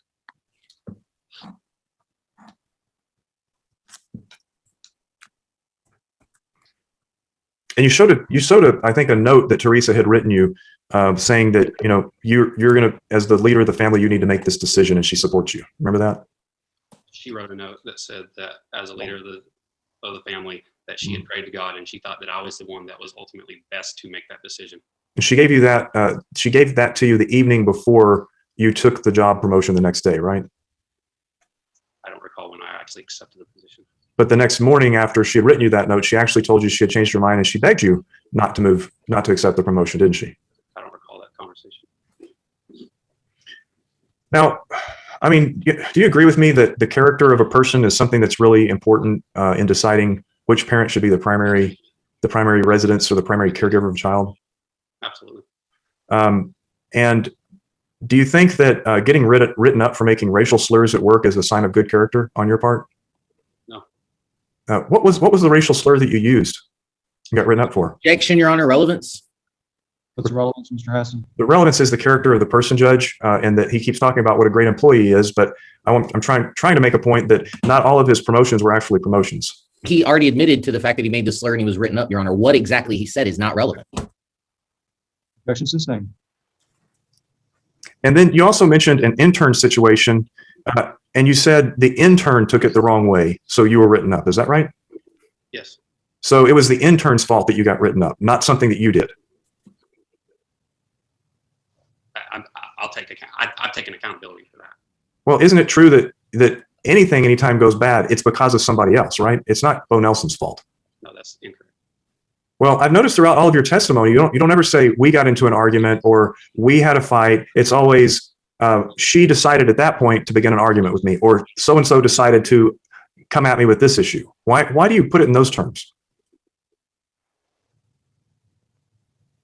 I don't give me a specific. I'll move on. And then, didn't you leave one out? One of the things you got that recalled for one of your moves. You had to move for another reason, didn't you? I moved to Houston due to the internship. Oh, so this move to Houston was because of something you had gotten written up for? No, I wasn't written up for that. But instead of getting promoted, you were moved. They asked you to move to Houston because you had done something that offended an intern and you got in trouble for it. Is that what you're telling us? Yes. So the whole reason you moved to Houston was because of something you did wrong at work? No. I thought that was just your testimony. But wasn't there an instance where you were put into a position and several people below you that were under your supervision wrote poor reviews of you and you were moved because of that? No, I was not moved for anything concerning remarks by other employees. But you did have to. There was a situation in which people did write you up for people that you were under. They wrote you up for the way you were handling them. In 2015. Okay, what was that? What happened there? There was an employee survey sent out, and due to the fact 2015, I'm 31 years old. I'm managing the majority of the employees who are 30+ year employees. A lot of them just don't like being talked to. It went around a lot of the empathy, being unempathetic, first-time leader. I became egotistical. 31 years old, supervisor, and then if you listened to my testimony in 2017 is really when I got that mentor. Started reading leadership books, started reflecting on myself, really saw that I had a 1-year-old and a 3-year-old at the house, and really said, hey, my dad retired from this company and my grandfather retired from this company. Oh, no, I heard you say all that. Thank you. But you didn't mention that survey of the employees, right? Earlier. No. I heard you testify several times that you were outside with the kids, but Teresa, she was laying inside on the couch sleeping, or Teresa didn't want to because she was sleeping. Remember that? That's correct. Is she lazy? She liked to nap a lot. Okay. The truth is that your wife had some pretty serious physical health problems up until she had her hysterectomy, didn't she, sir? Can you explain pretty serious? Well, she had adrenal problems as she came to find out, right? What's the test for adrenal problems? Well, you're her husband. I would think that you knew about whether she had adrenal problems or not, adrenal gland problems. Was never diagnosed with adrenal problems while we were married, while we have been living together. And she had a prolapsed vagina, correct? She did have a prolapsed vagina. And she was in a lot of pain. That's correct. And then after she finally got everything diagnosed and had surgery and finally healed from her hysterectomy, things have been much better for her health-wise, haven't they? I don't know. She hasn't spoke to me that much. Even with all the pain she was in and the naps she was having to take, she still managed to take care of your kids from 7 to 5:30 every day, correct? Yes, by giving them an iPad. Oh, okay. All right, she's a bad mom, huh? Just gives them an iPad. That's all she does. Objection, Your Honor. Counsel's testifying. Do you believe in, I think I heard you kind of touched on the topic of you physically reprimanding your children, right? Yes. How old was Aniston when you slapped her mouth? I didn't slap her mouth. I thought that was your testimony. You slapped her in the mouth. I said I slapped her right here in the temple. Like that with the backside of your hand? Just enough to get her attention. Yes. You think hitting a child in the side of the head with the backside of your hand is proper parenting? It was not the right thing to do. But at the moment when she was just disrespecting my spouse, I was going to correct her to where she was not going to disrespect my spouse, because my spouse always came first. The children came second, and then so on. But now the children come first and your spouse comes last. I will not have a spouse Mhm. in this divorce. Well, she's still the mother of your kids, sir, isn't she? That's correct. But that's not the first time you've actually, I'm sorry, how old did you say Aniston was when that happened? I don't recall. Well, she's 7 now. How long ago was it? I don't recall what the date was. I don't even remember where it was at. More than 2 years? Teresa has it in her discovery information. But that's not, I mean, you've hit the children other times on places other than on the rear end, correct?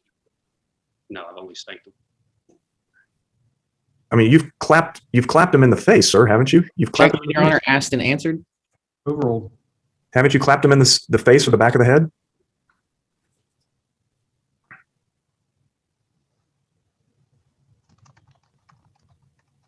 Oh, what was the thing that you were talking about with Bryston's shoulder? What happened with that? I can't remember. Just, can you remind me? Just like any normal dad. Hey, jump out of the vehicle, grab both hands. He jumps onto the curb. When I pull him up, elbow popped out. His elbow popped out approximately probably 20 times after that instance. It's a pretty common occurrence. Seen it in other kids just recently. But that's not really what happened, though, right? That is exactly what happened. Well, in fact, you were angry at Teresa and Bryston for not getting ready quickly enough, and it happened at home, didn't it? No, it did not happen. It happened getting out of the minivan. And you grabbed him by his arm off his bed, and that's when you popped his arm out because you were angry at him. Objection, Your Honor, asked and answered. The witnesses responded. That's not what happened. He's rephrased it to try to see if it refreshes his recollection. I'm going to overrule it. He may answer that. No, sir. It did not happen that way. That's a rescript. Parental alienation rescript. Oh, I'm sorry, what? Parental alienation, they typically rescript things that occurred. And if you'll look at some of my documentation, there's a picture of Bryston very happy at the football game. Okay, so maybe we don't need your expert. You can just testify to it for us as an expert on parental alienation. Objection, Your Honor. Counsel's testifying. No sidebars, Mr. Heston.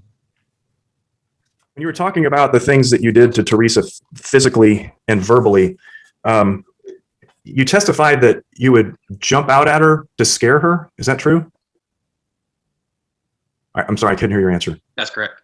How many times did you do that? All I recall is one time. I don't recall.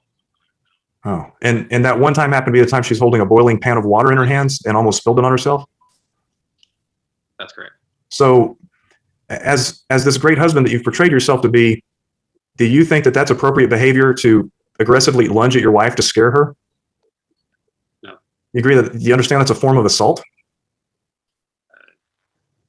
Provide definition of assault. Well, if you don't know, I'm not going to tell you. And then, but we didn't talk about the phone incident, did we? Was it December of 2019 when that happened? No. When was it? Sometime in 2020. I grabbed her phone and ripped it out of her hand. Didn't touch her physically anywhere besides, I grabbed the phone. So you and Teresa were having a disagreement, correct? I don't recall what the specific instance was. Well, you clearly were having a disagreement. You wouldn't have had a reason to rip a phone out of her hand. That's correct. And she was just, what, 3 weeks post hysterectomy at that point? What was the date that? I don't recall the day. I was asking you if you recall the date. Well, you just said 3 weeks post hysterectomy. Well, my information I was told that it was about 3 weeks after the hysterectomy. I don't recall. Objection. We seem to be asking about something that's not in evidence. I'm asking if he recalls, Judge, and he recalls the incidents. Right. Well, he said he doesn't recall the date, so objection sustained. Okay. So I'm just going to talk about the incident regardless of when it occurred. Your testimony in your interrogatories is that you ripped the phone out of Teresa's hands, correct? And the reason you ripped the phone out of her hands is because she was recording your conversation, correct? That's correct. And after you ripped the phone out of her hands, you opened it and you deleted all of her audio recordings, correct? That's correct. Was this before separation or after separation? Before separation. So you deleted I didn't stuff. hear that. I didn't hear that. Before or after? Before separation, Your Honor. So you deleted all the audio evidence or all that you thought was the audio evidence of the way the two of you argued and fought. I don't know what information was on that audio.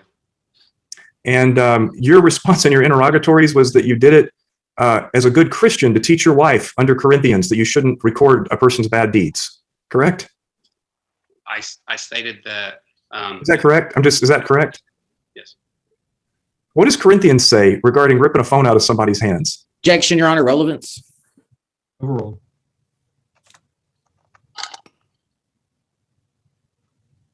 It says do not keep a record of wrongs.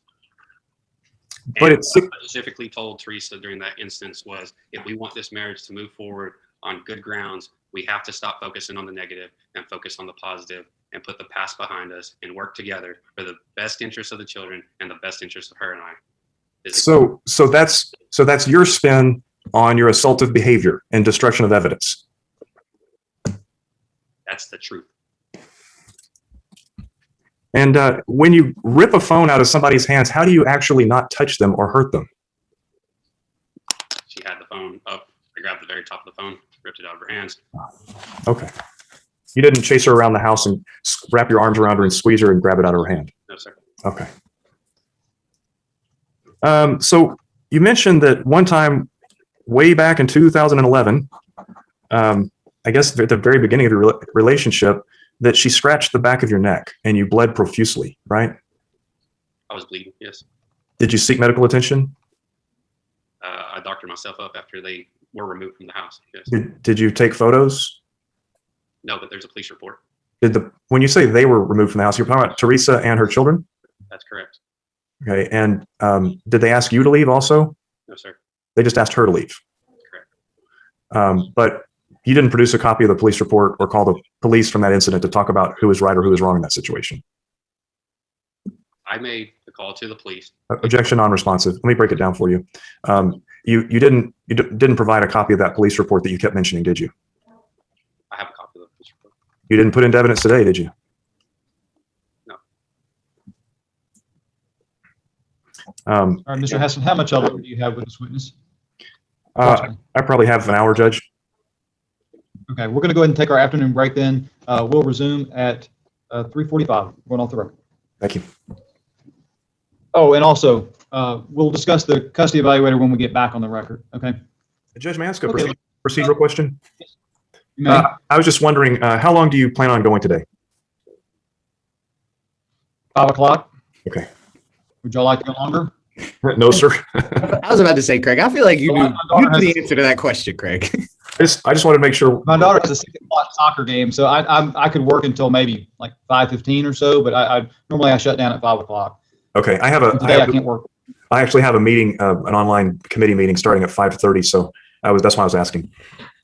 Hey, I We'll be have done by nothing then. going on, So- but I want to be done at 5 p.m. Okay. Okay. No objection. Well, we can No all agree objection. on that, right? Yes, sir. Thank you, Judge. Custody evaluators, have y'all had a chance, Mr. Hanston and Mr. Adams, to look at the two that we suggested, or have y'all come up with another solution? I trust Ms. Kern, Judge. If she's had experience with the lady that she recommended and says that she's fairly quick and fairly affordable and does a really good job, I've never known Ms. Kern to not back up what she says. So I would go with what she says. Your Honor, could we just let me talk to my client tonight and I give you an answer tomorrow on the record? You can do that. That'll work. That actually works better. I was worried I wasn't giving y'all enough time during the lunch break, so let's do that. We'll just address that first thing in the morning. And We're going to pick up. Go ahead. Ms. Kern, can you just remind me, what was the name of the evaluator you're recommending so I can make sure I discuss it? Certainly, Mr. Adams. First name is Norma, middle initial J, and last name is Backs, Backs. And if you have any questions at all about my experience with her or the reason for why I suggested her, why I have to recommend this morning, feel free to give me a call or shoot me an email, and I'm happy to discuss it with you. Yes, ma'am. Sorry, Your Honor, I'm good. We're going to pick up where we left off. We're on the cross-examination of Mr. Nelson by Mr. Haston. Mr. Haston, you may proceed. Thank you, Your Honor. I'm going to go back for just a minute, Mr. Nelson, to your testimony when we were talking that it turns out that the real reason you moved to Houston was because of the thing that happened with the intern in Amarillo. And I just want to point out that if I've got the timing right on your timeline, and I'm going to show you the timeline.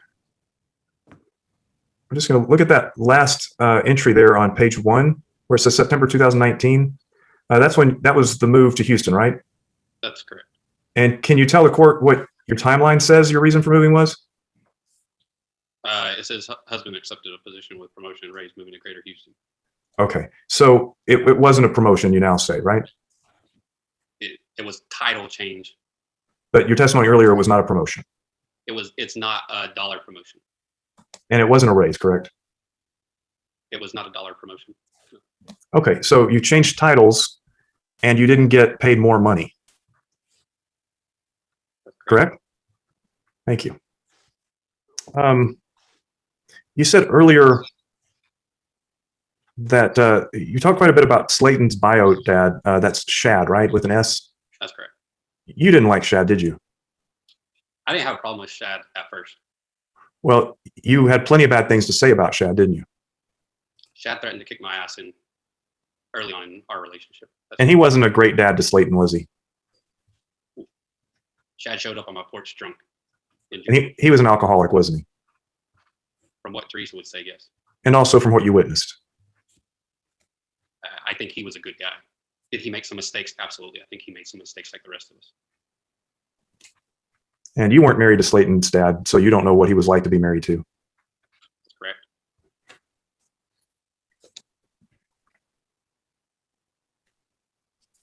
So you start off your testimony by talking about in 2012, you encountered a girl and you had an extramarital something with her. Isn't that right? That's correct. So you met a girl in a parking lot and had sex? Objection, Your Honor. Relevance, given that the focus of this hearing is possession and access and not disproportionate division of property. It was dealt with on direct, so I'm going to allow him a little leeway to address it on cross. Overruled. And so is that what happened? No. What happened? I met a girl at a grocery store. And then she gave you oral sex? Yes. Okay. And then it was after that Teresa moved back to Midland. I'm sorry, excuse me, Amarillo, right? Yeah, I put that in my discovery documentation. Right. And you were able to get a transfer back, weren't you? At that moment, I had a different supervisor. Yes. And in that case, you actually did ask your employer to work out a situation where you could move back, right? At that point, I was a much lower position that had opportunities in Amarillo. Objection, non-responsive. Same. In that case, you actually did ask your employer to make it so you could transfer back to Amarillo, correct? Yes. Judge, if I may just have a minute, I need to switch documents on my end real quick. All right, you state in your answers to interrogatories that when I asked you what role did you play in the breakup of your marriage, is it your testimony you played no role in the breakup of your marriage? No, that's incorrect. But in your answers to interrogatory, everything was about what your wife said you did, and everything else was about all the great things you are as a parent and a husband. I didn't answer the question. All right, I'm going to flip over here real quick. So I'm going to show you your answers to interrogatory. Number 1, and ask you, will you read to yourself interrogatory number 1, where it says, describe your role in the breakup of your marriage to Teresa Lynn Nelson, including but not limited to behaviors, attitudes, expectations, etc., that contributed to the breakup of your marriage. Can you point out anywhere in your answer where you take any responsibility for the breakup of your marriage? Objection, Your Honor. Relevance. Overruled. I'm taking responsibility that I wanted more sex. I can't hear you. What? I said I mean, that was the main issues further into the marriage at the point where we decided to split up. What was relevant at the time in 2020. But my question was, what role do you have in the breakup of your marriage? And your answer was, Teresa stated our marriage fell apart. You didn't acknowledge that any of those were reasons that your marriage fell apart, did you? These are answers to specifically August of 2020. I was not looking back to 2011 through 2015. My point, sir, my question is there anything in there where you say, these are things that I have done that lead to the breakup of my marriage? Yes, I said that I wanted more sex. Okay, but the rest of it is all about things, it talks about how good of a parent you are. Right? That's a fair statement. And you don't believe that you have tendencies of a narcissistic personality disorder, do you? No. All right, let's go to number 2. I asked you the question, if you've engaged in intimate sexual contact, either by intercourse, oral sex, fondling, or other stimulation, list the identity and location and the dates, times of day, and locations of each occurrence of intimate sexual contact. Do you recall that question in my interrogatories? Yes. So your answer was December 12th, Midland, Texas, name forgotten, oral sex. Is that the one that you were just referring to? That's accurate. And it wasn't more than that? No. Have you ever heard the phrase, tell a little truth to cover a big lie? You ever heard that phrase? Objection, Your Honor. Relevance. World. Have you ever heard that line, sir? No.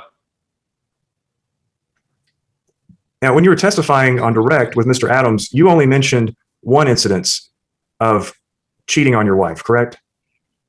What's the definition of cheating? Well, sexual intercourse, oral sex, fondling, or other sexual stimulation other than your spouse. There was During that. one instance of sexual intercourse, of oral sex. There was no sexual intercourse with anybody. So in 2014 with Charlotte Jackson, when you spent the night at her apartment, you're telling this court you didn't have sex with that woman. That's accurate. And Laren Fuchsa, you had drinks and you made out in the parking lot of a restaurant, but no sex there either. That's accurate. And then the rest of them were just flirtatious text messages, correct? Correct. And Lauren Macias, or is it Macias or Macias? Macias. Macias. When was she your ex-girlfriend from? Before marriage or during marriage? Before marriage. And yet you wanted to make sure that your wife claims that you cheated on her on with 8 to 10 different women. Can you kind of understand why she might be suspicious of you after these things that you don't claim are necessarily? Well, let me back up. Do you think it was wrong to spend the night with Charlotte Jackson when you were already married? Yes. You think it was wrong to kiss her and make out with her? Yes. And do you think it was wrong to make out with Laren Fuchsa? Yes. And do you expect the court to really believe that you didn't really have sexual interactions with these women that you're claiming that you didn't? Yes.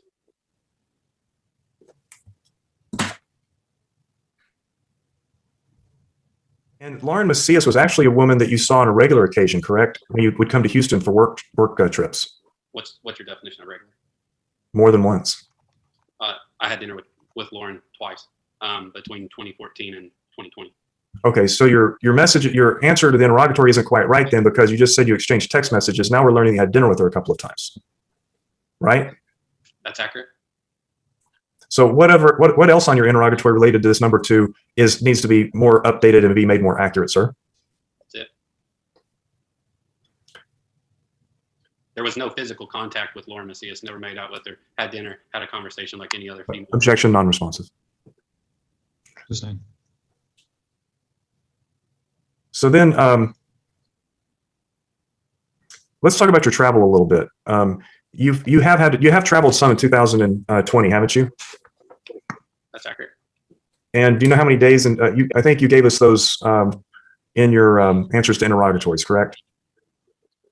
That's correct. But in 2019, you actually traveled for work or for personal 81 days out of the year. Yes. And you realize that's 22% of the year.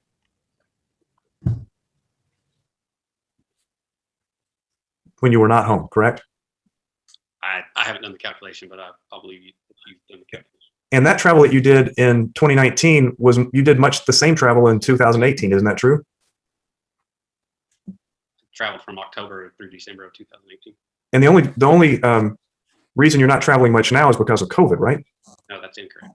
And once the restrictions are lifted, you'll be able to travel more, won't you? No, that's incorrect. Oh, back to when you jumped out at Teresa when she had the boiling pan of hot water in her hand. She was actually pregnant at that time, wasn't she? I believe so.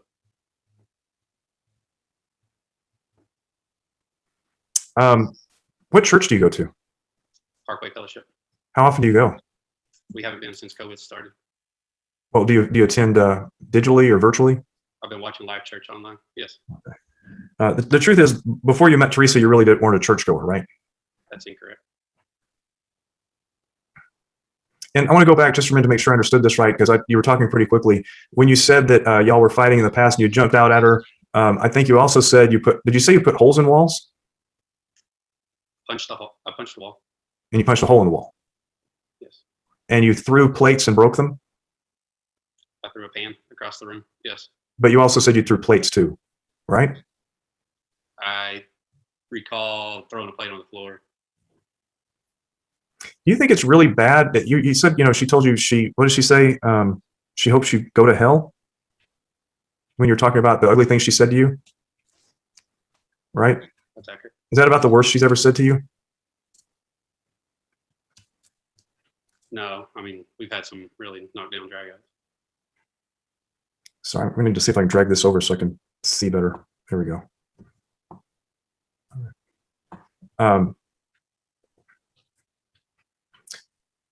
So do you recall a fight that the two of you had?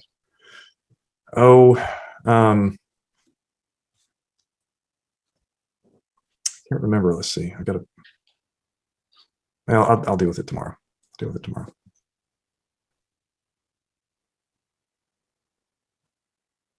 Have you ever had a psychological evaluation done? No. How about anything like that for work? No.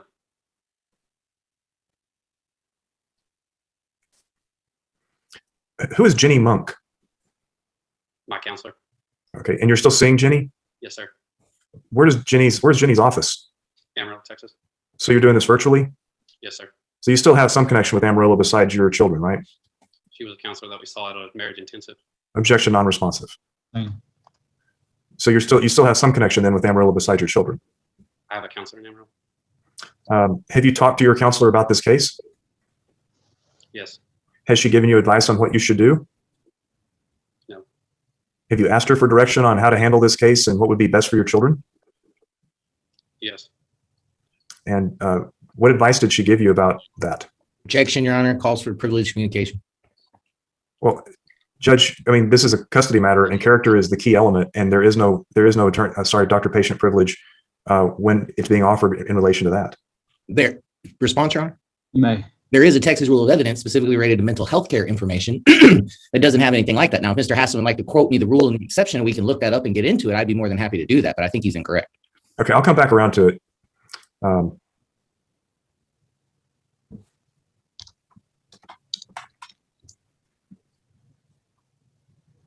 Did you tell her about ripping the phone out of your wife's hand and deleting the audio recordings? Prefer not to answer. I'm sorry, I didn't hear that answer. I prefer not to answer. HIPAA. HIPAA.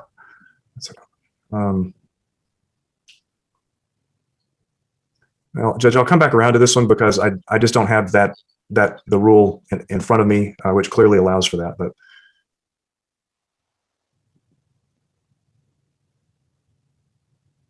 Well, I can tell you this question's asking what he told her, not what she told him. So this is a different issue for me. So if you want to come back to it later, you can, Mr. Hassan, but okay. It's a different question than what I sustained the objection to last time. Okay. Well, I'll touch on those and then hopefully I'll be able to come up with that rule while I'm doing that. Did you tell Jenny Monk about ripping the phone out of your wife's hands? No. Did you tell Jenny Monk about deleting all of the audio recordings that she had on her phone? Yes. Did you tell her about jumping out at your wife and scaring her with boiling hot water in her hands? Yes. And we issued production request in this case, didn't we? A document request? Explain.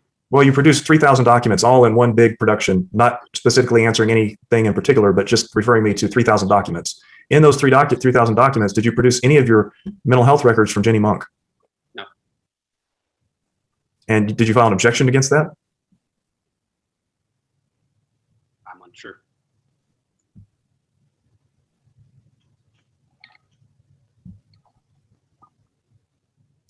Judge, I'm going to refer you to Rule 510 of the Texas Rules of Evidence, mental health information privilege in civil cases.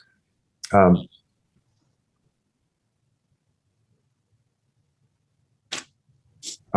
sorry. I apologize for the delay. I've got so many pages open here. I can't seem to find what I'm looking for. Yeah, I just can't. It's not on that page. I apologize for the delay, Judge. I can't find I had a note on this and I misplaced it somewhere. Trying to.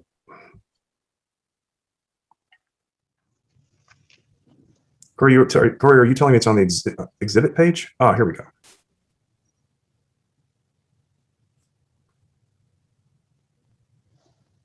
So, Judge, Rule 510 D under exceptions says the privilege does not apply under 5 if any party relies on the patient's physical, mental, or emotional condition as part of the party's claim or defense, and the communication or record is relevant to that condition. So, as I was saying, character is one of the key aspects to a custody case, and we're relying on the mental condition and emotional condition of Mr. Nelson and making his claim, saying he should be primary parent of these children, and thus any of his medical records or statements that he's made, or anything that's in his medical records, should be admissible in evidence. Also, as admission by a party opponent. So, for them to claim doctor-patient privilege, we would never be able to use any of people's records that we always use in these cases. Response, Your Honor. You may. Well, first of all, there are two different issues. Admission by a party opponent is whether or not it's hearsay, not whether or not it's privileged, right? The information here, mental health care privilege, Rule 510, right? It specifically applies to this exact situation. What Craig is saying is that in every single custody case, there would be no privileged mental health care information at all, which to me just seems blatantly absurd. I would also say that I think if you read the notes at the end of the rule in an annotated copy, it makes fairly clear that when it's talking about a condition being at controversy, it means was it pled for? So for instance, if you're pleading in a negligence case for a broken arm, well, then you'd have to plead for the broken arm. Once you plead for the broken arm, whether your arm is broken or not is at issue. That is not at issue in this case. Nobody has pled anything about anyone's mental condition in the pleadings, which is what the standard is. Well, that's a good argument, but sorry, Judge. I can tell both the lawyers. My opinion on this is that that I've got to determine what's in the best interest of a child, and that mental health records and mental health testimony sometimes aids the court in making that determination.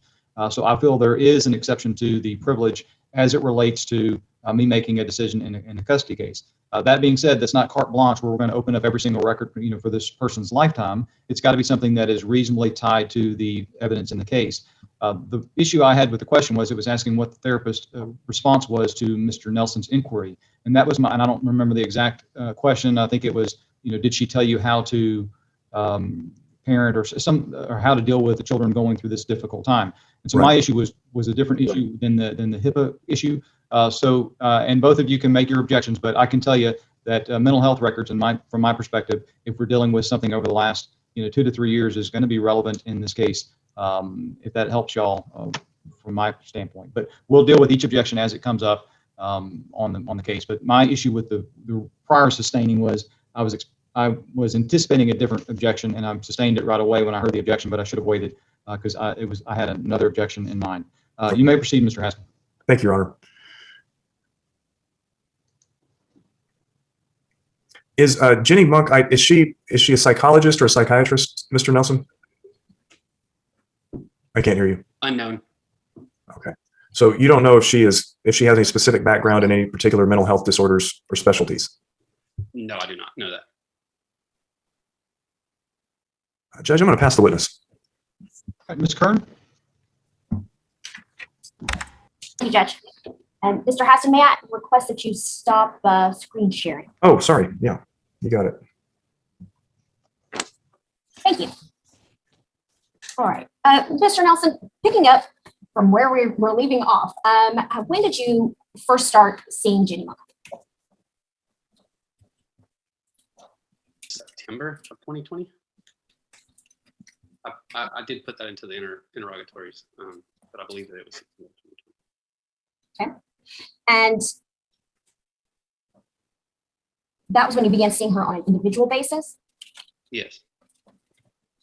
So in September of 2020, you were living in Fulshire, so you started seeing a therapist long distance that was located in Amarillo, is that correct? Yes, ma'am. How often do you see or are you treated by Ms. Monk? I was doing weekly. We've just in the last month gone back every 2 weeks.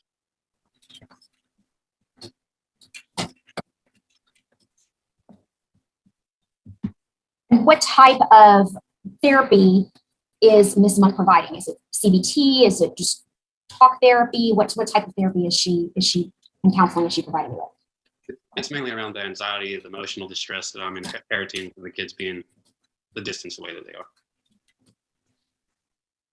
Is this the first time that you've seen or been treated by Ms. Monk? No, ma'am. Okay. What was the previous time that you were treated by Ms. Monk? We went to, Teresa and I attended an intensive marriage counseling in February of 2013 after moving back to Amarillo.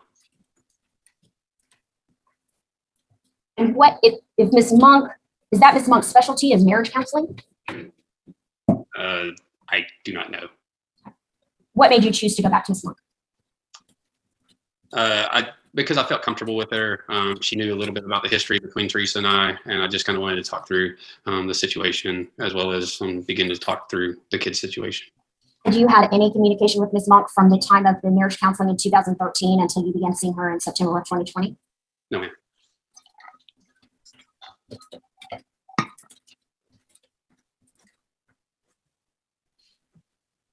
With regard to the responses to your interrogatories, and we've gone through those, Mr. Haston went through those with you quite a bit.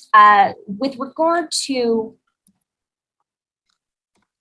your discussions about your role in the breakup of the marriage, you said that you wanted sex more than your wife did. And do you also recall saying in your interrogatories that you saved too much money and you didn't allow for her to spend as much as she wanted?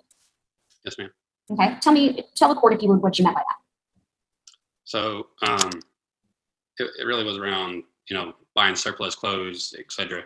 And if you look in the kids' closets, I mean, even today, there's still clothes with tags on them. And it just seemed like there was an excessive amount of clothes spending versus what was actually needed. So, I mean, really and it wasn't big dollars compared to what we've spent here on this divorce case today, where we're already over $100,000 in this divorce case.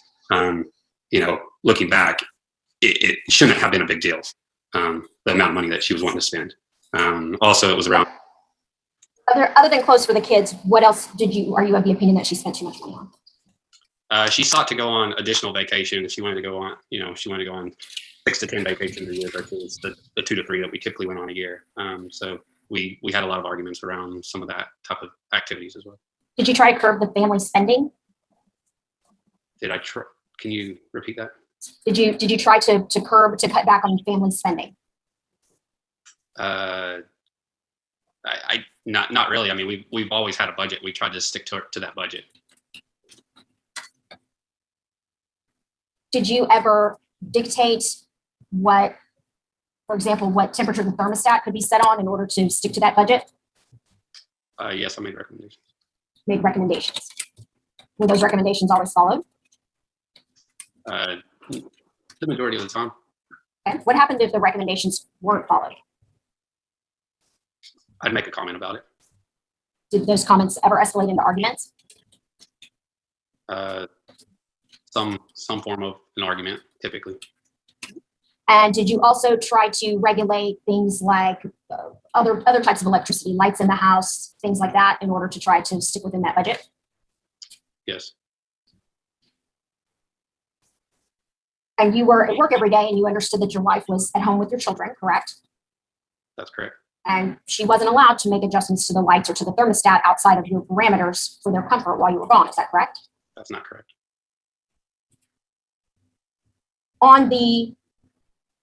You testified that during as to the 5 occasions that Katie has been around your children. What was the time frame, if you would remind me, of the number of days from when you were absent from your children until you had them that first weekend in October? I believe that it was 66 days. And you testified earlier that on October 2nd, that was one of the occasions that Katie was around while you had the kids, and on October 2nd, y'all hung out at the pool. Is that correct? That's correct. So you hadn't seen your children in 66 days, and your very first weekend with them, you had your girlfriend there. That's correct. And did you think that was appropriate after you hadn't seen your children in over 2 months?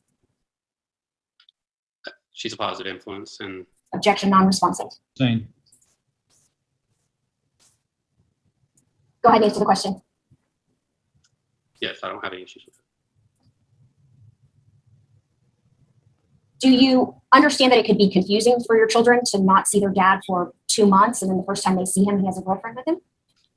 We did not release that we were girlfriend and boyfriend. Objection, non-responsive. Sustained.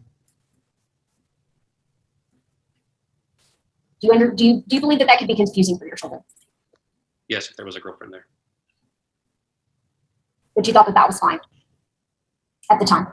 Yes. If the children have said that you took mommy's picture down at the house in Fulshire, is that correct? Yes, I took some pictures down. Was it the weekend that in July when you went from Burleson and took the children back to Houston? I don't recall the date that I took the pictures down. Did you take the pictures down in anger? No, I did not take pictures down. Did you take the pictures down in the presence of the children? Yes.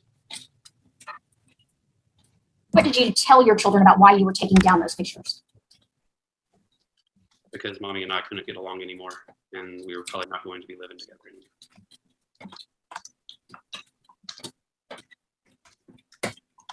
Do you think that was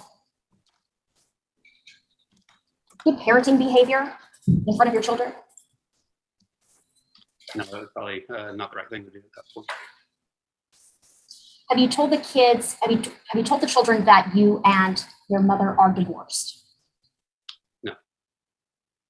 Have you told the children that y'all are not a family anymore? No.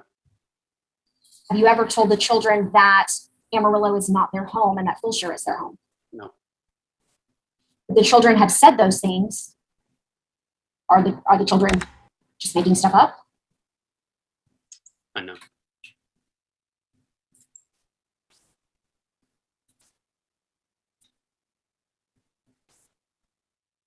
With regard to Aniston's absences on Fridays for your weekend visitation, what was it specifically that mom had requested with regard to her Friday attendance at school?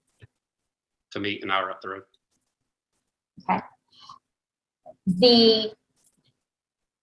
Did mom have a specific time as to when she wanted Aniston to be able to go to school on those mornings? Yes. Okay. And what time did mom want Aniston to be able to go to school? I believe that it was 10 a.m. Attend school until 10 a.m.? Correct. And what time would that put Aniston meeting you or arriving to you on Fridays if she were to attend school until 10 a.m.? 7:30 p.m. And what time, if Aniston didn't go to school, what time would she typically have met you? She's supposed to be here at 6 p.m., but she's typically not here until 6:10 or 6:45.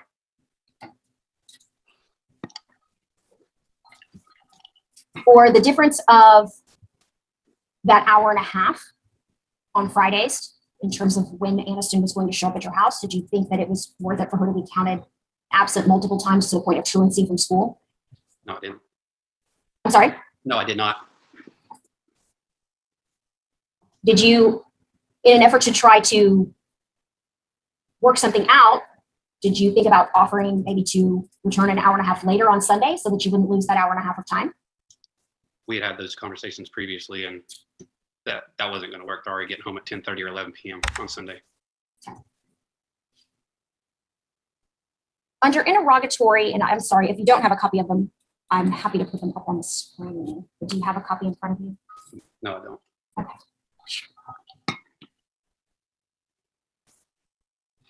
Judge, I'm sorry. My Zoom is saying that screen sharing has been disabled. You're set up now. Thank you, Judge. In interrogatory number 14, it states, describe each of yours and petitioner's greatest strengths and weaknesses as parents. If you would, Mr. Nelson, just briefly as recollection, glance through your response there as to you and tell me what weaknesses you have listed there for yourself as a parent. None. None. And going further down to the bottom where we talk about mom, can you, and I'll scroll as you need me to, can you tell me what strengths that you listed for mom as a parent?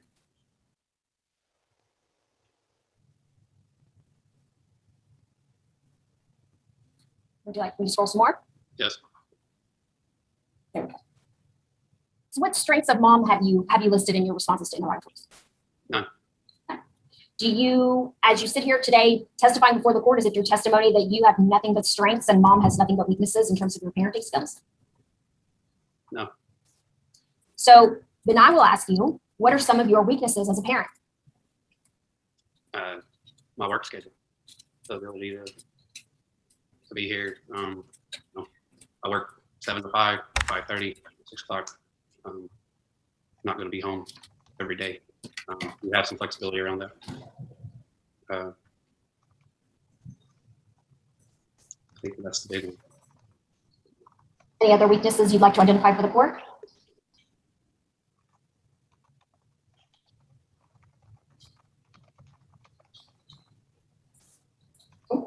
And what about some of mom's strengths? What are some of mom's strengths as a parent that you didn't list in your interrogatories? I think that she's always been really good at taking care of their healthcare, their dental. She's been a stay-at-home mom since 2013, as we heard. I think that, does she love and nurture them? I do. Okay. You stated that if you were to be awarded primary custody of the children, that you would leave the children or rely upon neighbors and babysitters in order to supplement the time that you were not able to be with the children. Is that correct? In the event that Teresa stayed in Amarillo and I had primary custody, then yes, that's correct.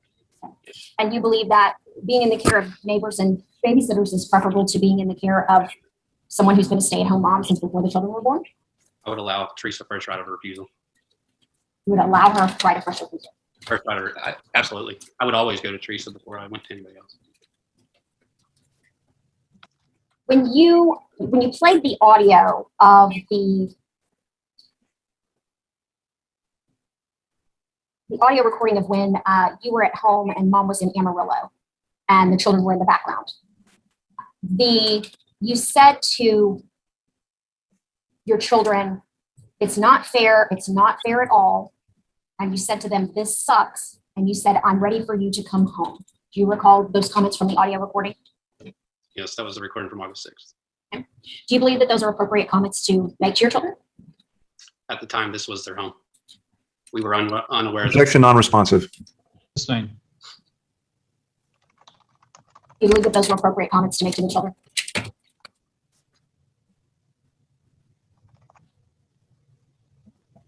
How often would you say? I didn't hear the response. I'm sorry, I didn't hear the response.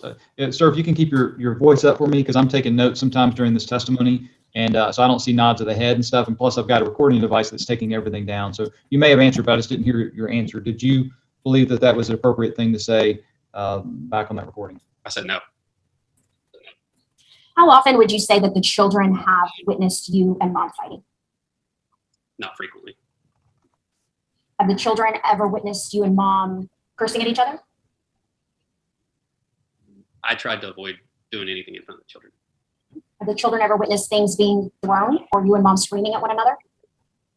Aniston did when she was 1 year old in Bartlesville when I threw a pan across the room. Have you ever called Mrs. Nelson a bitch in front of the children? Yes. Do you think that that was appropriate? No.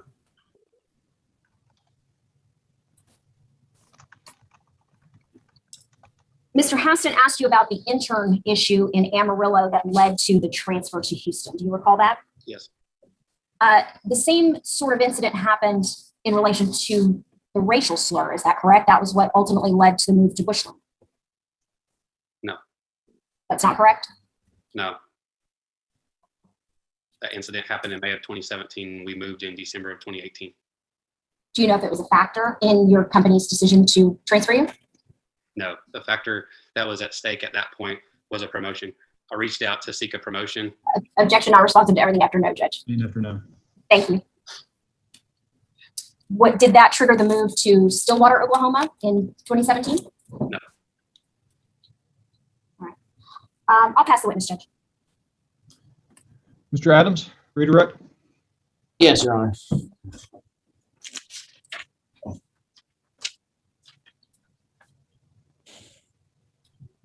Well, Mr. Haston asked you about how many doctor's appointments or dentist appointments you'd ever made it to. How many did you say you'd made it to? I made it to Bryson's appointment. I was there at Slayton's broken arm appointment. I attended for Alexis when we thought that she had a potential kidney issue when she was getting an ultrasound done. But the majority of them that were normal day-to-day medical issues were attended to by my wife.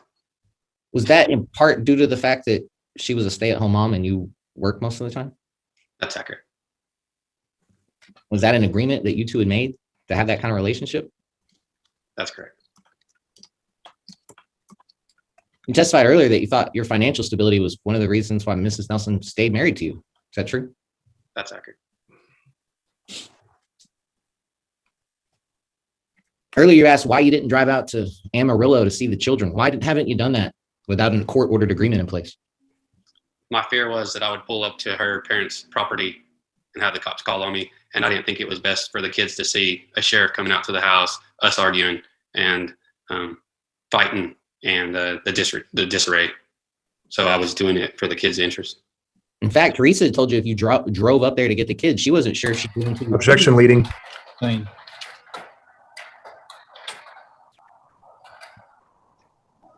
If you could rephrase the question, Mr. Adams, I sustained it. Thank you, Your Honor. What did Teresa say on the recording that we listened to would happen if you drove up to Amarillo to get the kids at 9 a.m.? She may or may not give me the kids, and most likely wouldn't be there. Earlier, Mr. Haston asked you about your relationship with Alexis. You mentioned that it didn't seem like you'd been alienated from her. Did you feel like that's true? I do feel like I've been alienated from Alexis. How old is Alexis? 22, How long have you been Alexis's stepdad? for over 9 years. How old are Bryson and Aniston? 5 and 7. How long have they been living in Amarillo? Objection clarification. Who? I think, well, if you can clarify, I think he's talking about Aniston and Bryson, but How long have Aniston and Bryson been living in Amarillo without you? On and off since May 10th. Are you concerned that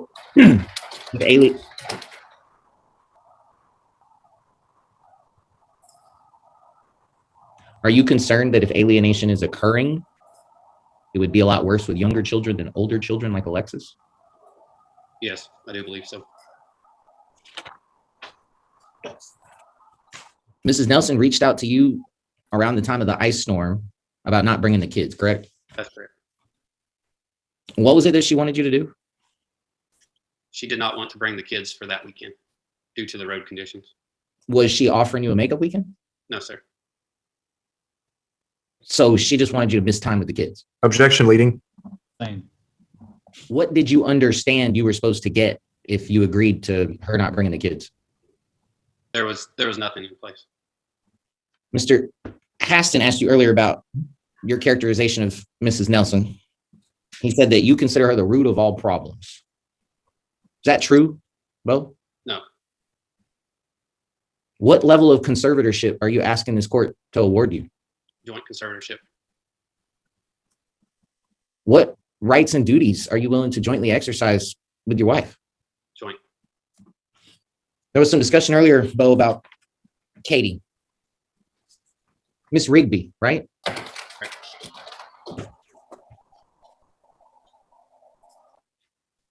How did you meet her? We met at Landry's. I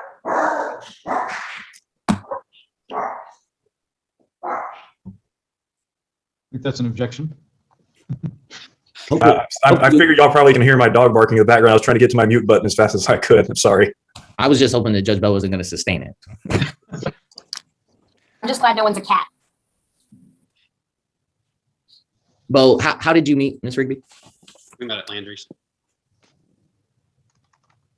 How long after you met her until you let her know about your divorce and your kids? Immediately. That's what kind of brought us together. How long after you met Teresa when y'all started dating until she introduced you to her kids? It was the first or second date after we had gone to Joe Taco. Her parents were taking care of her kids at their house, and she requested that I pick her up. Objection non-responsive. Same. Bo. After the first or second. Thank you. Bo, you've mentioned a few times that 2017 was significant. in your life. Yes, sir. Please, especially because it seems to be important, describe for the court what it was that you realized in 2017 and how that changed you and your relationship with your family. I looked in the mirror and I realized that, through this HR claim, that it was up to me sitting in front of a 1-year-old and a 3-year-old that I was becoming a reflection of what they were going to become into the future. And as I stated, I got a mentor. I took strategically leveraging diversion and inclusivity, crucial conversations, started reading books like 12 Traits of Greats, and really started reflecting on myself as a person on what I could do differently, not only as a husband, but as a father, to ensure that we had a lasting relationship moving forward. There's been a lot of mention today about your written answers to interrogatories. Do you think that there's any reason that Teresa shouldn't be compensated if that's what the law allows for, based on how you treated her as a husband? I agree.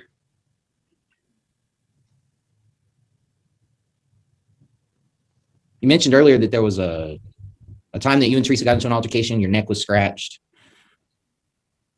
What happened in that incident? That's when I admitted to the extramarital relation to Teresa. We woke up in the middle of the night. It was New Year's Eve. She had grabbed my phone from me to rip my phone out of my hand to see if I had additional text messages, emails, or other data that she could obtain.